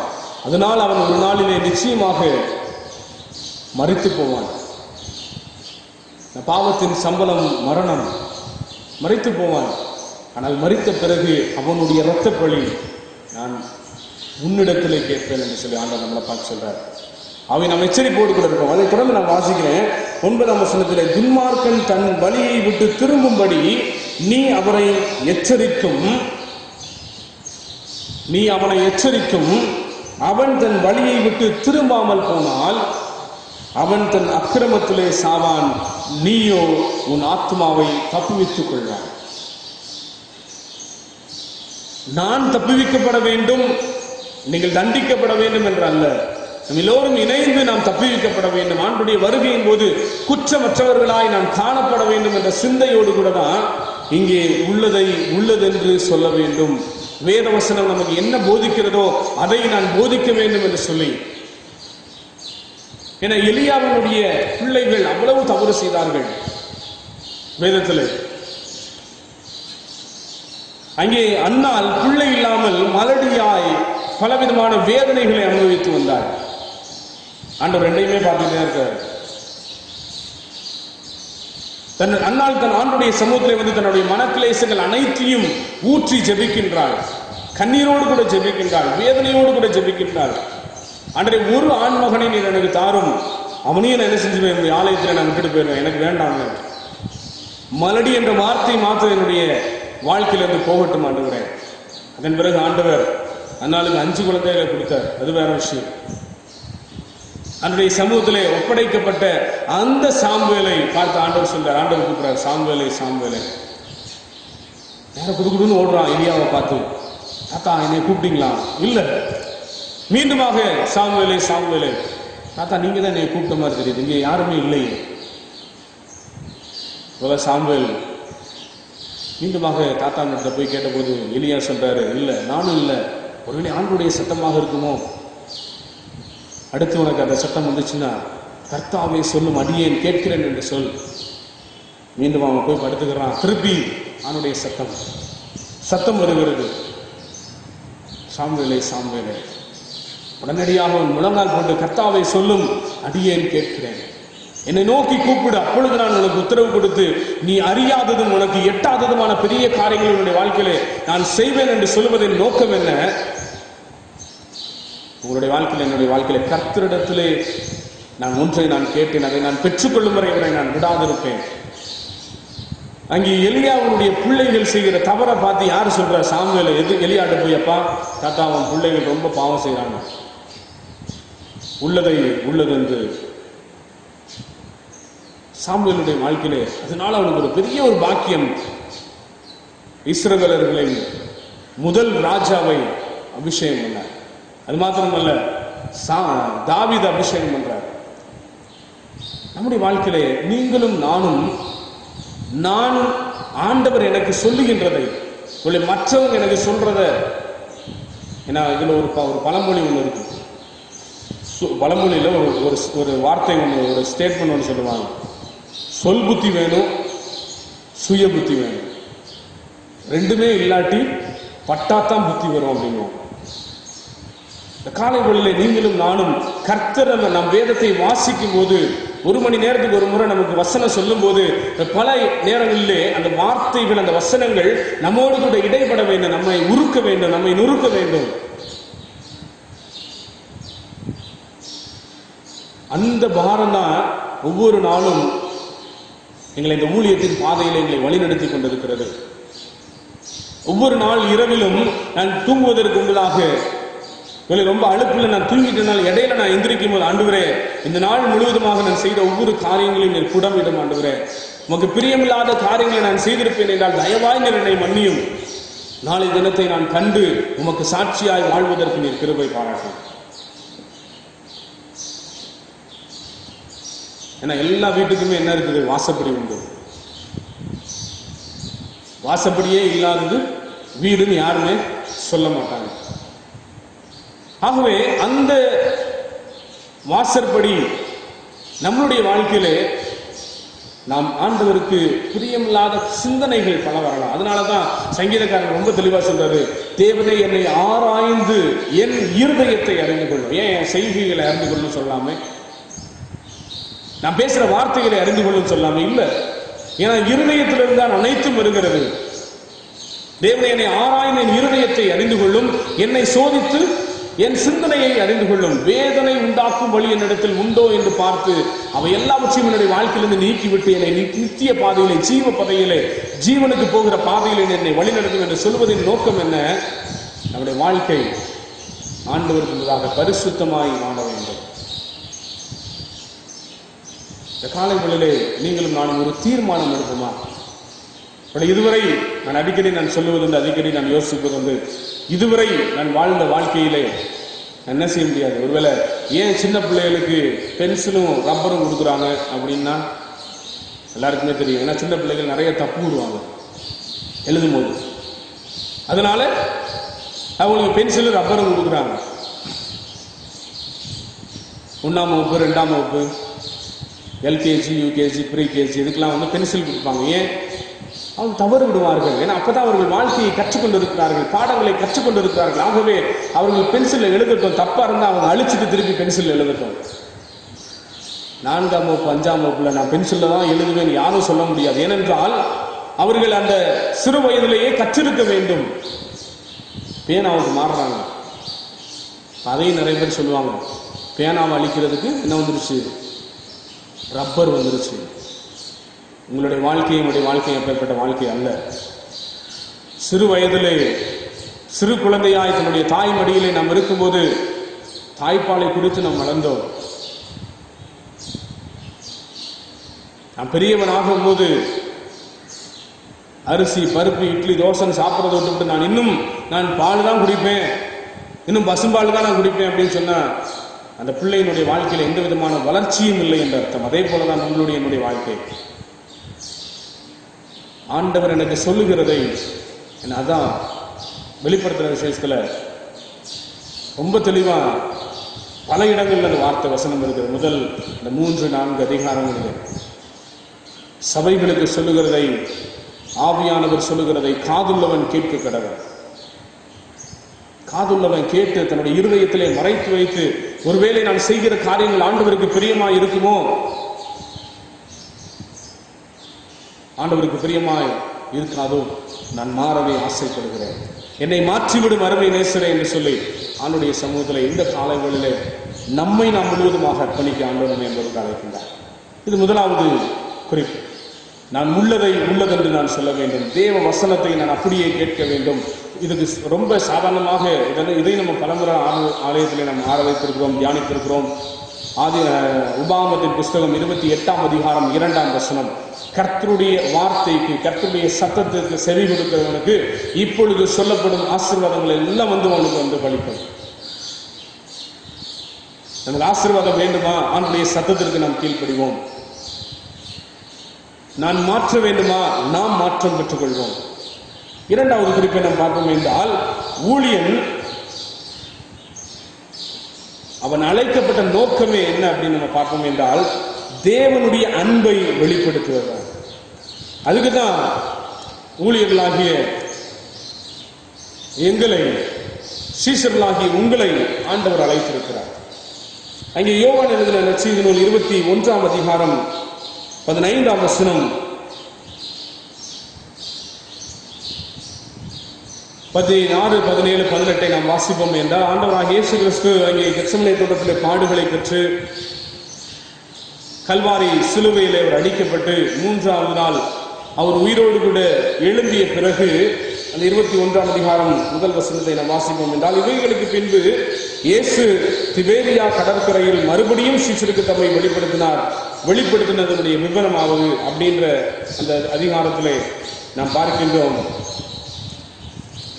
அங்கே அவர்களுடைய தேவைகள் சந்திக்கப்படுகிறது. 15ஆம் வசனத்திலே, அவர்கள் போஜனம் பண்ணின பின்பு இயேசு சீமோன் பேதுருவை நோக்கி, யோனாவின் குமாரனாகிய சீமோனே,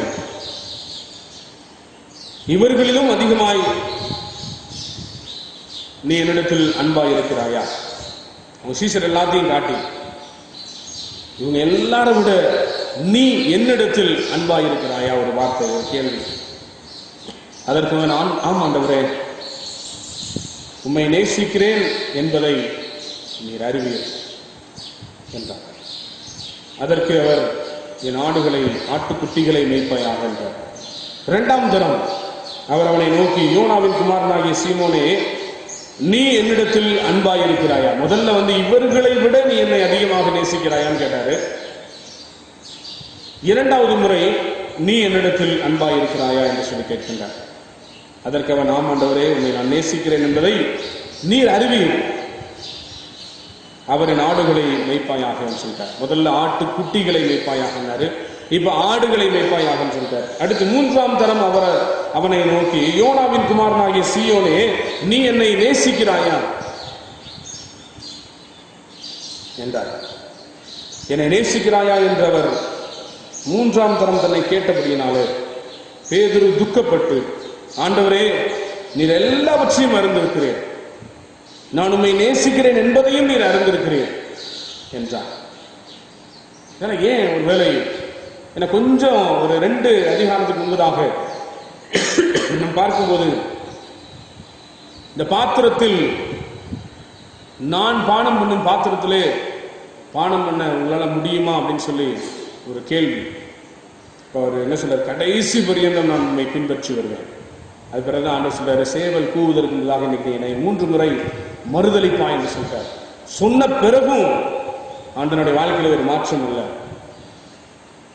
எதனால? பயத்தினால, வேற ஒண்ணும் கிடையாது. அவிசுவாசத்தினால கிடையாது. ஆண்டவரையே அவ்வளவு பாடுகள், அவ்வளவு பிரச்சனைகள் அவருடைய வாழ்க்கையில வந்துச்சுன்னா நமக்கு எவ்வளவு பாடு வந்துருமோ அப்படின்ற ஒரு பயத்தினாலே அங்கே பேதுரு ஆண்டவரை மறுதளிப்பதை நாம் பார்க்கிறோம். அதன் பிறகு அங்கே இன்னொரு சீசன் யூதாஸ் இஸ்காரியோத்து, காட்டி கொடுத்த யூதாஸ் இஸ்காரியோத்து நான்கு கொண்டு சாகுறான்.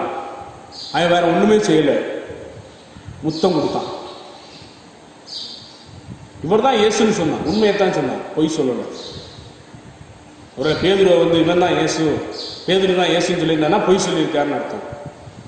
அல்லது இயேசுவை பார்த்து இவர் தான் பேதுருன்னு சொல்லியிருந்தானா பொய் சொல்லியிருக்கிறார். உண்மையே சொல்ல, உண்மையைத்தான் சொன்னார். ஆனா முன்பதாக வேத மாணவரோடு கூட பேசிக்கொண்டு நான் யாரை முத்தமிடுகிறேனோ அவர்தான் இயேசு, அவரை நீங்க என்ன செஞ்சீங்க, கைது பண்ணிக்கீங்கன்னு சொல்றார். அங்கே இரண்டாவது ஒரு காரியம் அவனுடைய வாழ்க்கையில் நடக்கிறது என்ன? அது இந்த நாளுக்குரிய தியானம் இல்லை, இருந்தாலும் அந்த வார்த்தைகளை நான் சொல்ல நான் விரும்புகிறேன். ஆண்டவரை சிறப்பிடிச்சிட்டு போய் அடிகளை அவ்வளவு சித்திரவதை செய்வதை அவன் பார்த்து மனம் கசந்தவனாய் யூதாஸ் இஸ்காரியோத்து மீண்டும் வேதமாரகத்தில் போறான். அவங்க கொடுத்த வெள்ளிக்காசை தூக்கி அவங்ககிட்ட கொடுத்துட்டு போட்டுட்டு, குற்றமில்லாத ரத்தத்தை ஆட்டுக்குட்டியை நான் காட்டி கொடுத்து விட்டேனே என்று சொல்லி அவன் மனம் கசந்தான். அதன் பிறகு ஒருவேளை அவனுடைய வாழ்க்கையில் அவன் ஆண்டவர் பக்கமாக அவன் திரும்பி இருப்பானே என்றால் அவனுக்கும் மன்னிப்பு உண்டு. மறுதளித்தவன் சபித்தவனுக்கே மன்னிப்பு உண்டு என்றால் காட்டி கொடுத்தவனுக்கு நிச்சயமா மன்னிப்பு இருந்திருக்கும். ஆனால் அவன் செய்த ஒரு காரியம், ஆண்டவரை விட்டு தூரமா போனதுனால அவன் என்ன செய்ய, தன்னுடைய வாழ்க்கையை அவனே மாய்த்து கொண்டான். ஆண்டவரிடத்திலே நாம் அன்பு வைத்திருப்போம் என்றால் நான் பாவம் செய்ய மாட்டேன். அன்பு வச்சிருப்பேன் அப்படின்னா ஆண்டவருக்கு பிடிக்காத காரியங்களை நான் செய்ய மாட்டேன். அன்பு வைத்திருப்பேன் என்றால் கலாத்தியர் 5ஆம் அதிகாரத்திலே 18ஆம் 19ஆம் வசனம் 20ஆவது வசனத்தை நாம் எடுத்து வாசிப்போம். அந்த பாவங்களை எதையும் நம்ம செய்ய மாட்டோம். அதை நான் சற்று, ஏன்னா அன்பில்லாதவன் தேவனை அறியான், தேவனை அறிந்திருக்கிறவர்கள் அவரை பின்பற்றுவார்கள். ஆண்டவருடைய அன்பு என்னுடைய வாழ்க்கையிலே இல்லை என்றால் நான் விபச்சாரம் செய்வேன். ஆண்டவருடைய அன்பு என்னுடைய வாழ்க்கையில இல்லை, நான் ஆண்டவரிடத்திலே அன்பு பாராட்டவில்லை என்றால் நான் வேசித்தனம் செய்வேன், நான் அசுத்தம் செய்வேன், நான் காம விகாரம், விக்கிரகாராதனை, புள்ளி சூனியம், மற்றவர்களை கெடுக்கின்ற காரியங்கள் அனைத்தையும் நான் செய்வேன். மற்றவர்களோடு கூட நான் பகைத்துக் கொண்டு நான் வாழ்வேன், விரோதங்களோடு கூட நான் வாழ்வேன், வைராக்கியங்களோடு கூட நான் வாழ்வேன். வாழ்க்கையிலே ஆண்டவருடைய அன்பு நமக்குள்ளாக இருக்கும் என்றால் யாரையும் நான் விரோதியாக நான் நினைக்க மாட்டேன். யாரிடத்திலும் நம்ம கோபம்லாம் பட மாட்டோம், படக்கூடாது. ஏன்னா அப்பதான் ஆண்டவருடைய அன்பு எனக்குள்ளாக இருக்கிறது என்று அர்த்தம். ஆண்டவர் கொடுத்திருக்கிற கிருபையிலே தயவிலே சொல்லுகின்றேன், பலர் என்னை பலவிதமான வார்த்தைகளை சொல்லி பேசலாம், பலவிதமான கேவலமான வார்த்தைகளை சொல்லலாம், நிபச்சொல்லை சொல்லலாம். ஆனால் யார் மீதும் எனக்கு என்ன இல்லை, ஆண்டவர் கொடுத்திருக்கிற கிருபையில சொல்கிறேன், யார் மீதும் எனக்கு வருத்தம் இல்லை, யார் மீதும் எனக்கு கோபம் இல்லை. ஒவ்வொரு நாளும் அவர்களுக்காக நான் ஜெபிக்கத்தான் செய்கின்றேன். ஏன்னா ஆண்டவர் அடிக்கடி இந்த வார்த்தைகளை நானே எனக்கு சொல்லுவாங்க, சூடு இருக்கக்கூடாது, சொரணம் இருக்கக்கூடாது, வெக்கம் மானம் எதுவும் இருக்கக்கூடாது. ஏன்னா ஆண்டுடைய ஊழியத்திற்குள்ளாக, ஆண்டுடைய அபிஷேகத்தை பெற்று ஆண்டுடைய இந்த ஊழியத்திற்குள்ளாக வந்த நான் மற்றவர்கள் பேசுகின்ற ஏளனமான வார்த்தைகளை கேட்டு நான் என்னுடைய வாழ்க்கையில் அப்படியே நான் ரொம்ப மனக்கசந்து போவேன், சோர்ந்து போவேன் என்றால் ஆண்டவர் எவ்வளவு பாடுகளை பெற்றார் நமக்காக, எவ்வளவு அவமானங்களை பெற்றார். அதெல்லாம் நம்ம என்ன சொல்றது, ஒன்றும் சொல்ல முடியாது. யோபனுடைய வாழ்க்கையை பாருங்கள், அவன் ஆண்டவருக்காக வைராக்கியமாக இருந்ததுனால பல வேதனைகளை பெற்றான், அவமானங்களை பெற்றான், தரித்திரத்தோடு கூட அவன் வாழ்ந்தான், எல்லாவற்றையும் இழந்து வாழ்ந்தான். ஆனாலும் அவன், நீங்களும் நான் நம்முடைய வாழ்க்கையில் யோபு தன் சிநேகிதர்களுக்காக வேண்டுதல் செய்த போது கர்த்தர் அவனுடைய சிறையிருப்பை மாற்றுகிறார். இந்த காலங்களிலே நம்முடைய வாழ்க்கையில் நீங்களும் நானும், நான் ஆண்டவர் மீது உண்மையான அன்பு வைத்திருப்பேன் என்றால் யாரையும் நாம் வெறுக்க மாட்டோம், யாரையும் மனக்கசப்போடு கூட நாம் பார்க்க மாட்டோம். ஒருவேளை அப்படி நாம் பார்க்கிறேன் அப்படின்னா நம்மை நாம் சோதித்துக் கொள்ள வேண்டும். ஆண்டுடைய அன்பு என்னிடத்தில் இல்லையோ? இந்த வார்த்தை நம்முடைய வாழ்க்கை இந்த காலங்களிலே நம்மை மாற்றட்டும். இது இரண்டாவது காரியம். முதலாவது, உள்ளதை உள்ளது என்று சொல்ல வேண்டும். வேத வசனம் எனக்கு என்ன கற்றுக் கொடுக்கிறதோ அதை நான் என்னுடைய வாழ்க்கையில கடைபிடிக்க வேண்டும். இரண்டாவதாக, நான் ஆண்டவருடைய அன்பு என்னிலிருந்து வெளிப்பட வேண்டும். என்னிலிருந்து வெளிப்படாத ஆண்டவருடைய அன்பினாலே ஆண்டவருடைய நாமம் தூஷிக்கப்படுகிறது. என்னிலிருந்து வெளிப்படாத ஆண்டவருடைய அன்பினாலே ஆண்டவருடைய நாமம் இகழப்படுகிறது. என்னிலிருந்து வெளிப்படாத ஆண்டவருடைய அன்பினாலே என் வாழ்க்கை மூலமாக அவருடைய நாமம் தூஷிக்கப்படுது, அவருடைய நாமம் அவமானப்படுத்தப்படுகிறது, அவருடைய நாமத்தை நான் மைமைப்படுத்தவில்லை. அதுக்கும் ஆண்டவர் வேதத்தில் வச்சிருக்கிறாரு, நீ இந்த உலகத்திலே வாழும்போது என்னை மைமைப்படுத்தவில்லை என்றால் உன்னை குறித்த மகிமையான காரியங்களை நான் சொல்வதற்கு ஒன்றுமில்லை, அகன்று போ என்று சொல்லு. ஆக நம்முடைய வாழ்க்கையை சற்று ஆழமாக நாம் ஆராய்ந்து பார்ப்போம். முதல் குறிப்பில் பார்த்தோம், தேவனுடைய வார்த்தைகளை அப்படியே நான் கேட்க வேண்டும். இரண்டாவது குறிப்பிலே நாம் பார்த்தோம், தேவனுடைய அன்பை நான் பிரதிபலிக்கிறவனாக நான் வாழ வேண்டும். மூன்றாவது குறிப்பு, நான் சாட்சியுள்ள ஒரு வாழ்க்கையை வாழ வேண்டும். ரொம்ப முக்கியம். இந்த வசனத்தை நாம் வாசிப்போம். 1 தீமோத்தேயுவின் புஸ்தகம் 1 தீமோத்தேயு 3ஆம் அதிகாரம் 1ஆம் வசனம் முதல். கண்காணிப்பை விரும்புகிறவன் நல்ல வேலையை விரும்புகிறான். பலருக்கு இந்த வார்த்தையில ஒரு பெரிய இடர்பாடு இருக்கு. நீ யாரும் பார்க்கக்கூடாது,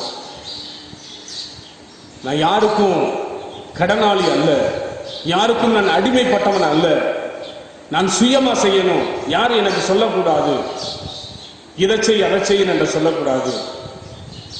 இங்கே சொல்லுகிறது, கண்காணிப்பை விரும்புகிறவன் மற்றவர்கள் சொல்லுகின்ற அறிவுரைகளை, மற்றவர்கள் சொல்லுகின்ற ஆலோசனைகளை கேட்கிறவன் நல்ல வேலையை விரும்புகிறான்.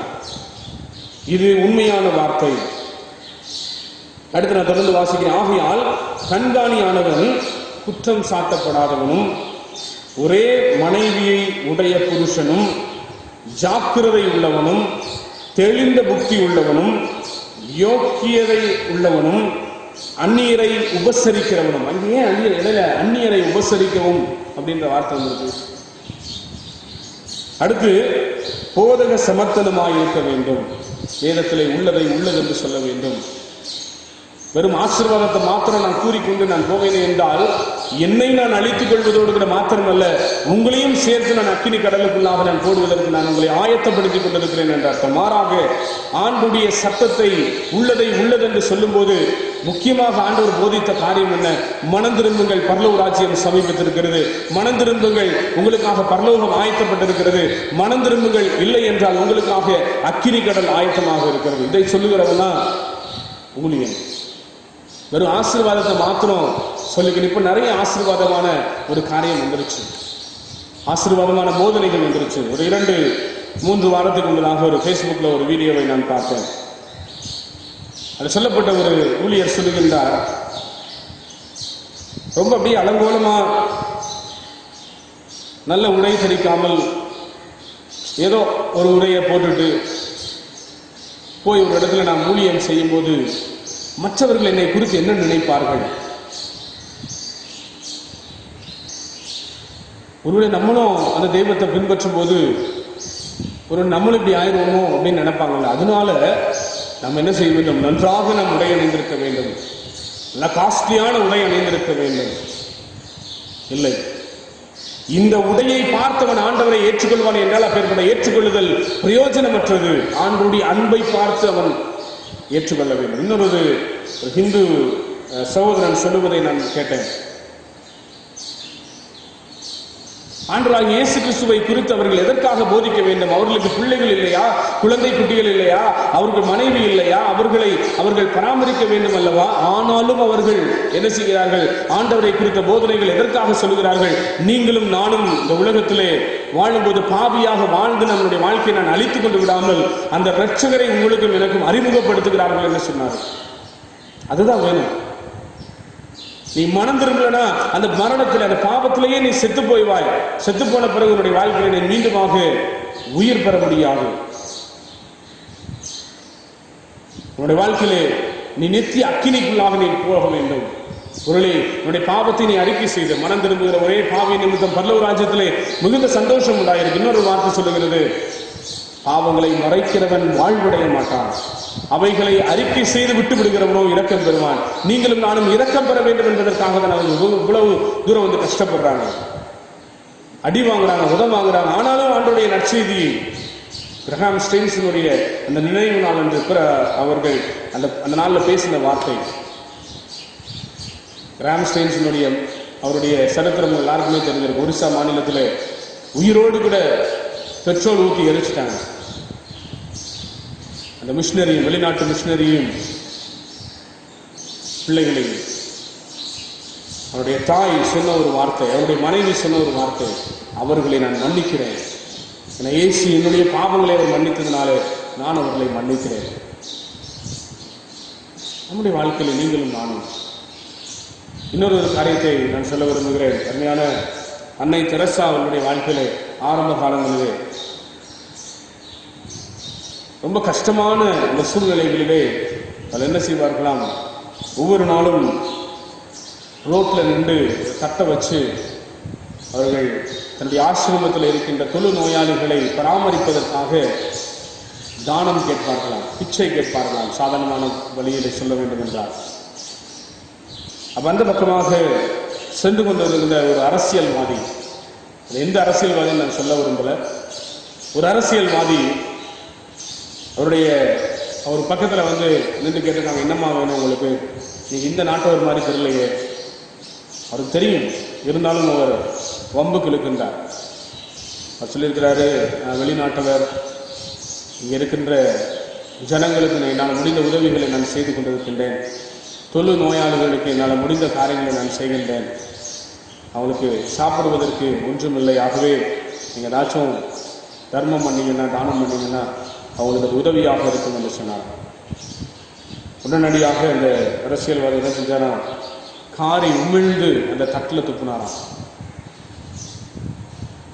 நம்ம ஒன்றும் ஒரு கசப்பும் இல்லாமல், ஒரு வேதனையும் இல்லாமல், அதை தன்னுடைய சாரியின் ஒரு பகுதியில் அந்த தட்டை அப்படியே தொடச்சிட்டு அவங்க சொன்னாங்கன்னா, எனக்கு கொடுத்துட்டீங்க பரவாயில்ல, ஒன்றும் பிரச்சனை இல்லை, என்னுடைய அந்த ஆசிரமத்தில் இருக்கின்ற என் பிள்ளைகளுக்கு கொடுங்கன்னு சொன்னார். அந்த அரசியல்வாதி தலை குனிந்தவனாய்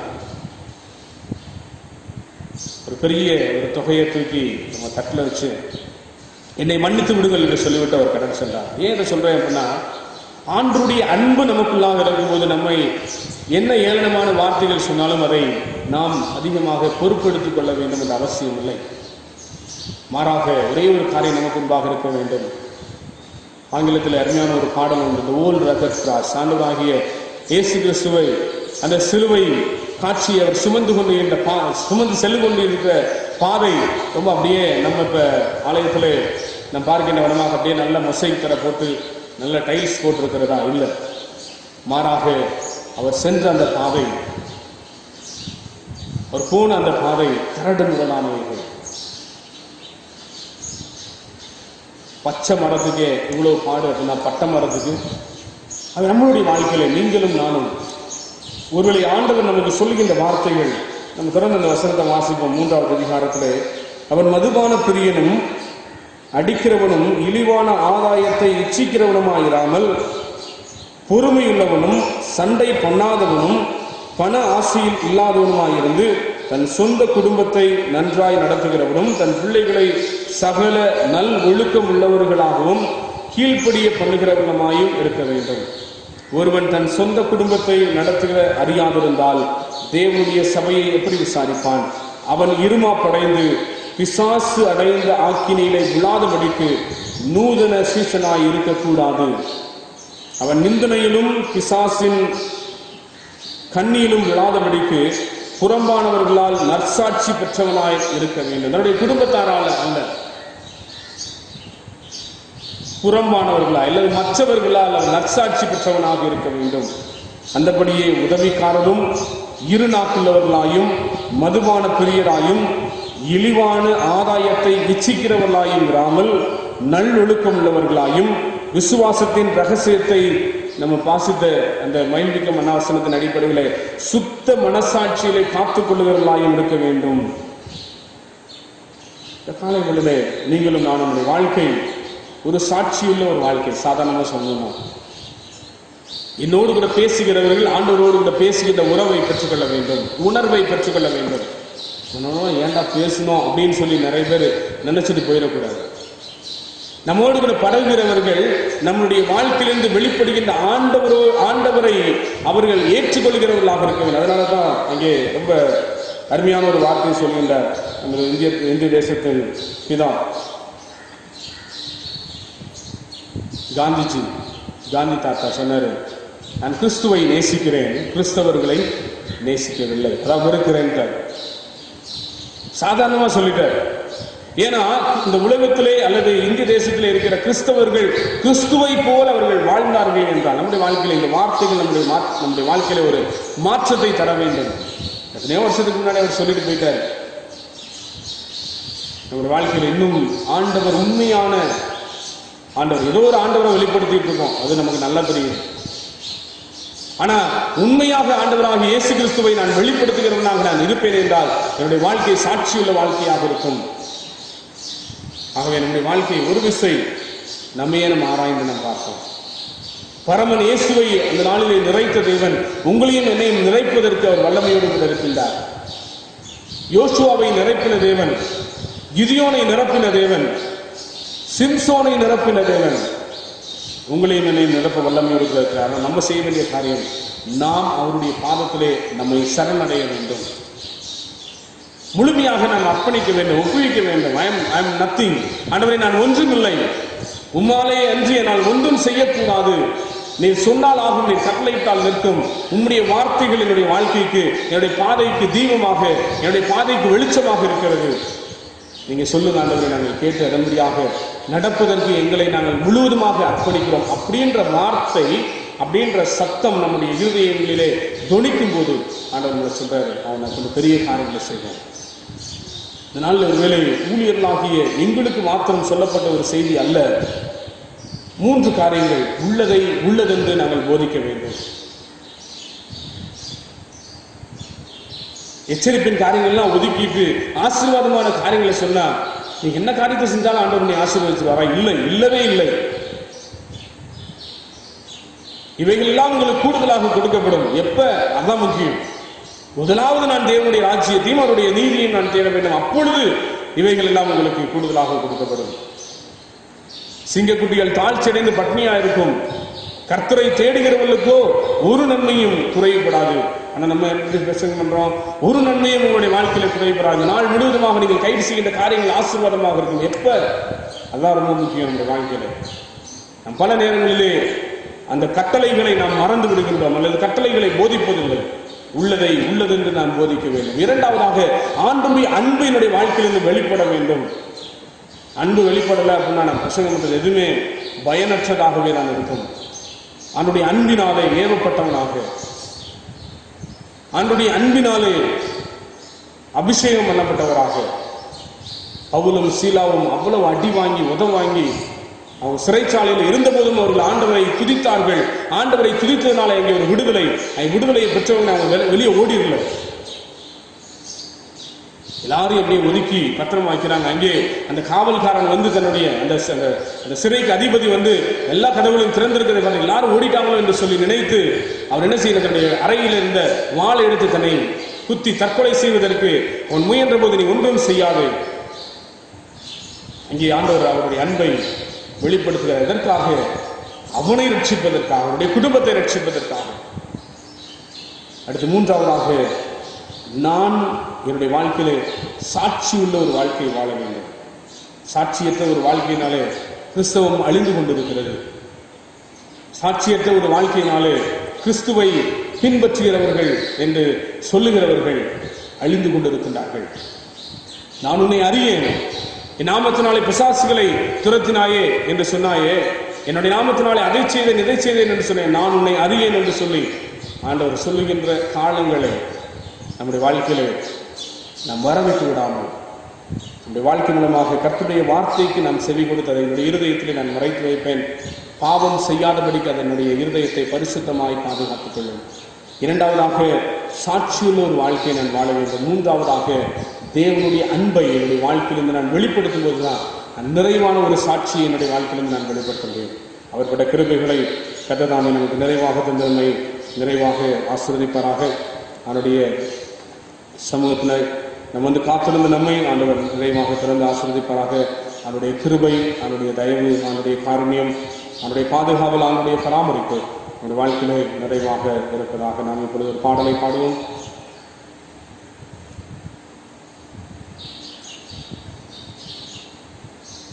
அப்பொழுது நாம் இந்திய கரங்களில் இருக்கின்ற இந்த சுயபரப்பு உண்டியல் கலையங்களிலே நம்முடைய காணிக்கைகளை நாம் இதுவும் கர்த்தர் நம்மை நிறைவாக ஆசீர்வதிப்பாராக. ஆண்டுடைய சமூகத்தை நாம் நோக்கி பார்ப்போம். ஆண்டுடைய சமூகத்தில் மீண்டுமாக இந்த பாடலை நாம் பாடுவோம்.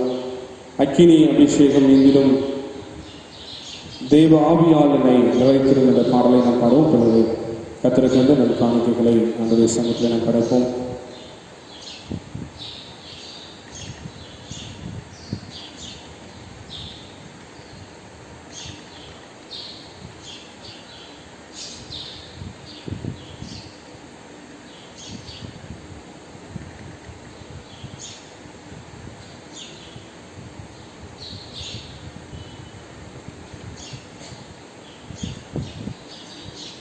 யாருமே இந்த பாடலை அக்கினி அபிஷேகம் எங்கள் இந்த பாடலை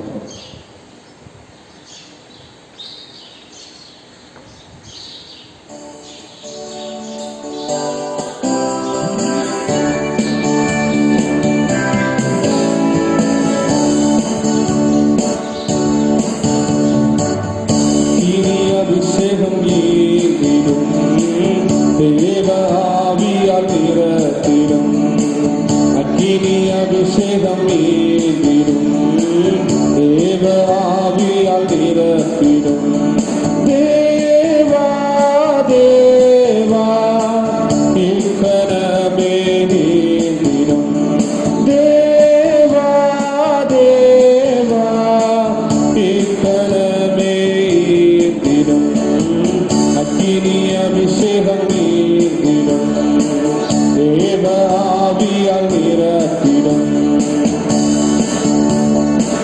பரமன் இயேசுவை நிறைத்தீரே பரிசுத்த ஆவியால் நிரத்திடும் பரமன் இயேசுவை நிறைத்தீரே பரிசுத்த ஆவியால் நிரத்திடும் தேவா தேவா இக்கரமே ஈந்திடும் தேவா தேவா இக்கரமே ஈந்திடும் அக்கினி அபிஷேகம் ஈந்திடும் தேவ ஆவியால் நிரத்திடும் அக்கினி அபிஷேகம் ஈந்திடும் தேவ ஆவியால் நிரத்திடும்.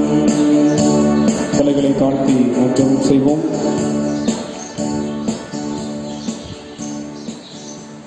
நேற்று மீண்டும் என்று மாறாத அன்பின் பல்வேறு எங்களை நேசித்து வழிநடத்தி வருகிற நல்ல தகப்பனே, எங்கள் பாவங்களை மன்னித்து புது வாழ்வு தருகிறவரே, எங்கள் பாவங்களே உமக்கும் எங்களுக்கும் இடையிலே ஒரு பிரிவினை உண்டாக்குகிறபடியால் எங்களுடைய பாவங்களை உம்முடைய சமூகத்தில் நாங்கள் அர்ப்பணிக்கிறோம், ஒப்புவிக்கிறோம், அறிக்கை செய்கின்றோம். உங்களுடைய பாவங்கள் ஒரு சுவரை போல இருந்து உடைய சமூகத்திலிருந்தும் பரலோக ஆசீர்வாதங்களிலிருந்தும் ஆண்டவரே எங்களை தடையாக இருக்கிறது. எங்களை கழுவி சுத்திகரிக்க வேண்டும் நாங்கள் சொல்லிக்கிறோம். இயேசு கிறிஸ்துவின் ரத்தம் சகல பாவங்களையும் நீக்கி எங்களை சுத்திகரிக்க வல்லமையுள்ளதாக இருக்கிறபடியால் தயவாய் எங்களுடைய பாவங்களை எல்லாவற்றையும் என்னுடைய சமூகத்தில் நாங்கள் அறிக்கை செய்கிறோம். இந்த வல்லமையுள்ள ரத்தத்தால் எங்களை கழுவி சுத்திகரித்தரலும் இல்லையா ஆண்டவரே, உடைய பிள்ளைகளாய் எங்களை மாற்ற வேண்டும் என்று சொல்லி உம்முடைய சமூகத்தில் எங்களை முழுமையாக நாங்கள் தாழ்த்துகிறோம். இதுவரை எங்களுக்கு கொடுத்த கிருபைகள் தயவு காரணத்துக்காக நன்றி ஆண்டவரே. ஆத்துமாக்களை ஆதாயம் செய்கிறவர்களாக எங்களை மாற்றும். இயேசு கிறிஸ்து திரும்ப வரும்போது மகிழ்ச்சியோடு அவரை எதிர்கொள்ள நீர் உதவி செய்யவும் நாங்கள் சொல்லிக்கின்றோம். ஆண்டவரே, இந்த நாளிலே நாங்கள் தியானித்த 3 முக்கியமான குறிப்புகள், இந்த வார்த்தைகளை கேட்கின்றவர்களாக மாத்திரமல்ல, வார்த்தையின்படி செய்கின்றவர்களாக நடக்கின்றவர்களாக நாங்கள் வாழ நீர் எங்களுக்கு கிருபை பாராட்டும். நமக்கு சாட்சியாக வாழ்வதற்கு அன்றைய அன்பு எங்களிலிருந்து அன்றைய வெளிப்படவும் நாங்கள் செய்கின்றோம். இந்த அன்பினாலே நாங்கள் நிரப்பப்பட்ட பிள்ளைகளாக நாங்கள் வாழ நீர் கிருபை பாராட்டும். இந்த நேரத்திலே கூட அன்றைய இந்த இந்திய தேசத்துக்காக உலகத்துக்காக இந்த சமூகத்தில் வருகின்றோம். கஷ்டங்களோடு வேதனைகளோடு போராட்டங்களோடு கூட இருக்கின்ற மக்களுக்காக ஜெபிக்கின்றோம். இந்த சமூகத்தை முழுமையாக நாங்கள் தாழ்த்துகிறோம். பொறுப்படுத்திக் கொள்ளுங்க, ஆசீர்வதிங்க. இதுவரை தாங்கின தேவன், ஏந்தின தேவன், தப்பித்த தேவன், இனிமேலும் ஒவ்வொருவரையும் நீர் தாங்கி ஏந்தி தப்பித்து ஆசீர்வதித்து மேன்மைப்படுத்தி வழிநடத்தும். பொறுப்படுத்திக் கொள்ளுங்க ஆண்டவரே. இந்த கிராமத்தில் இருக்கின்ற ஒவ்வொரு பெரியோர் முதல் சிறியோருடைய கரங்களில் ஒப்படைக்கின்றோம். ஒவ்வொருவரையும் ஆண்டவரே சமூகத்தில் முழுமையாக நாங்கள் தாக்குகிறோம். இந்த நாளில் நாங்கள் கேட்ட சத்தியம் வேத வசனங்களின் அடிப்படையிலே உம்முடைய ஆண்டவரே சத்தியத்திற்கு ஏற்புடைய பிள்ளைகளாக நாங்கள் வாழ எங்களுக்கு கிருபை பாராட்டும். உம்முடைய அன்பு எங்கள் வாழ்க்கையிலிருந்து வெளிப்பட ஆண்டவரே எங்களுக்கு கிருபை பாராட்டும். சாட்சியுள்ள ஒரு வாழ்க்கை வாழ எங்களுக்கு கிருபை பாராட்டும். ஆண்டவரே அப்பேற்பட்ட வாழ்க்கை நாங்கள் வாழும்போது தைரியமாக ஆண்டவரே உம்முடைய நியாய தீர்ப்பின் நாளிலே ஆண்டவரே நாங்கள் நிற்க ஆண்டவரே அது எங்களுக்கு ஆண்டவரே நல்ல கிருபைகளை தரும் என்று சொல்லி நாங்கள் விசுவாசிக்கிறோம். சாட்சியுள்ள ஒரு வாழ்க்கை, வேத வசனங்களுக்கு கீழ்ப்படுகின்ற ஒரு வாழ்க்கை, உம்முடைய அன்பை பிரதிபலிக்கின்ற ஒரு வாழ்க்கை ஆண்டவரே மீது நாங்கள் வைத்திருக்கிற அன்பிலே நீர் எங்களுக்காக சிலுவையிலே ஆண்டவரே தன்னுடைய சொந்த குமாரனை நீர் தந்தீர் என்பதை நாங்கள் அறிந்து உங்களுடைய சமூகத்திலே ஆண்டவரே கிருபையின் வாசல் அடைக்கப்படுவதற்கு முன்பதாக நாங்கள் எப்படியாவது உண்மை ஆண்டவரே நாங்கள் அறிந்து கொள்கின்ற அறிவிலே நாங்கள் வளர்க்கப்பட வேண்டும். அறியாத மக்களுக்கு உண்மை குறித்து நாங்கள் சொல்ல ஆண்டவரே எங்களால் முடிந்த காரியங்களை நாங்கள் செய்ய வேண்டும் என்ற சிந்தையோடு கூட நாங்கள் வாழ நீர் எங்களை கிருபை பாராட்டும். ஆவியானவர் தாமே கிருபை செய்யும்படியாக நாங்கள் சொல்லிக்கின்றோம். அவர் எந்த ஊழியமானாலும் சரி, அன்றே நாங்கள் எதை செய்தாலும் சரி, அன்றைய நாங்கள் பாடினாலும் சரி, அன்றைய பிரசங்கம் பண்ணாலும் சரி, பாடல்களை பாட முடியாமல் நாங்கள் கேட்டுக்கொண்டிருந்தாலும் சரி, பிரசங்கங்களை பிரசங்கிக்க முடியாமல் ஒருவேளை நாங்கள் கேட்டுக்கொண்டிருந்தாலும் சரி, இந்த வார்த்தைகளை அன்றைய சத்தியத்தை கேட்டுக்கொண்டிருக்கிற ஒவ்வொரு மக்களையும் கரங்களிலே ஒப்படைக்கின்றோம். அன்றைய நாமும் அறிவிக்கப்படுகிறதாக, நாமும் பறைசாற்றப்படுகிறதாக, நாமும் பிரஸ்தாபப்படுகிறதாக அமையும் நாங்கள் செபிக்கின்றோம். நீங்க பொறுப்படுத்திக் கொள்ளுங்க ராஜா. ஆசீர்வதிங்க, வழி நடத்துங்க, நிலைப்படுத்துங்க. எல்லா துதிக்கான மகிமையும் ஆண்டவரே நமக்கு மாத்திரமே நாங்கள் செலுத்துகிறோம். தாக்கனே நேசிக்கிற இயேசு கிறிஸ்துவின் நேற்று நாமத்தில் கெஞ்சி கேட்டுக்கொள்கிறோம். எங்கள் ஜீவனுள்ள நல்ல பிதாவே.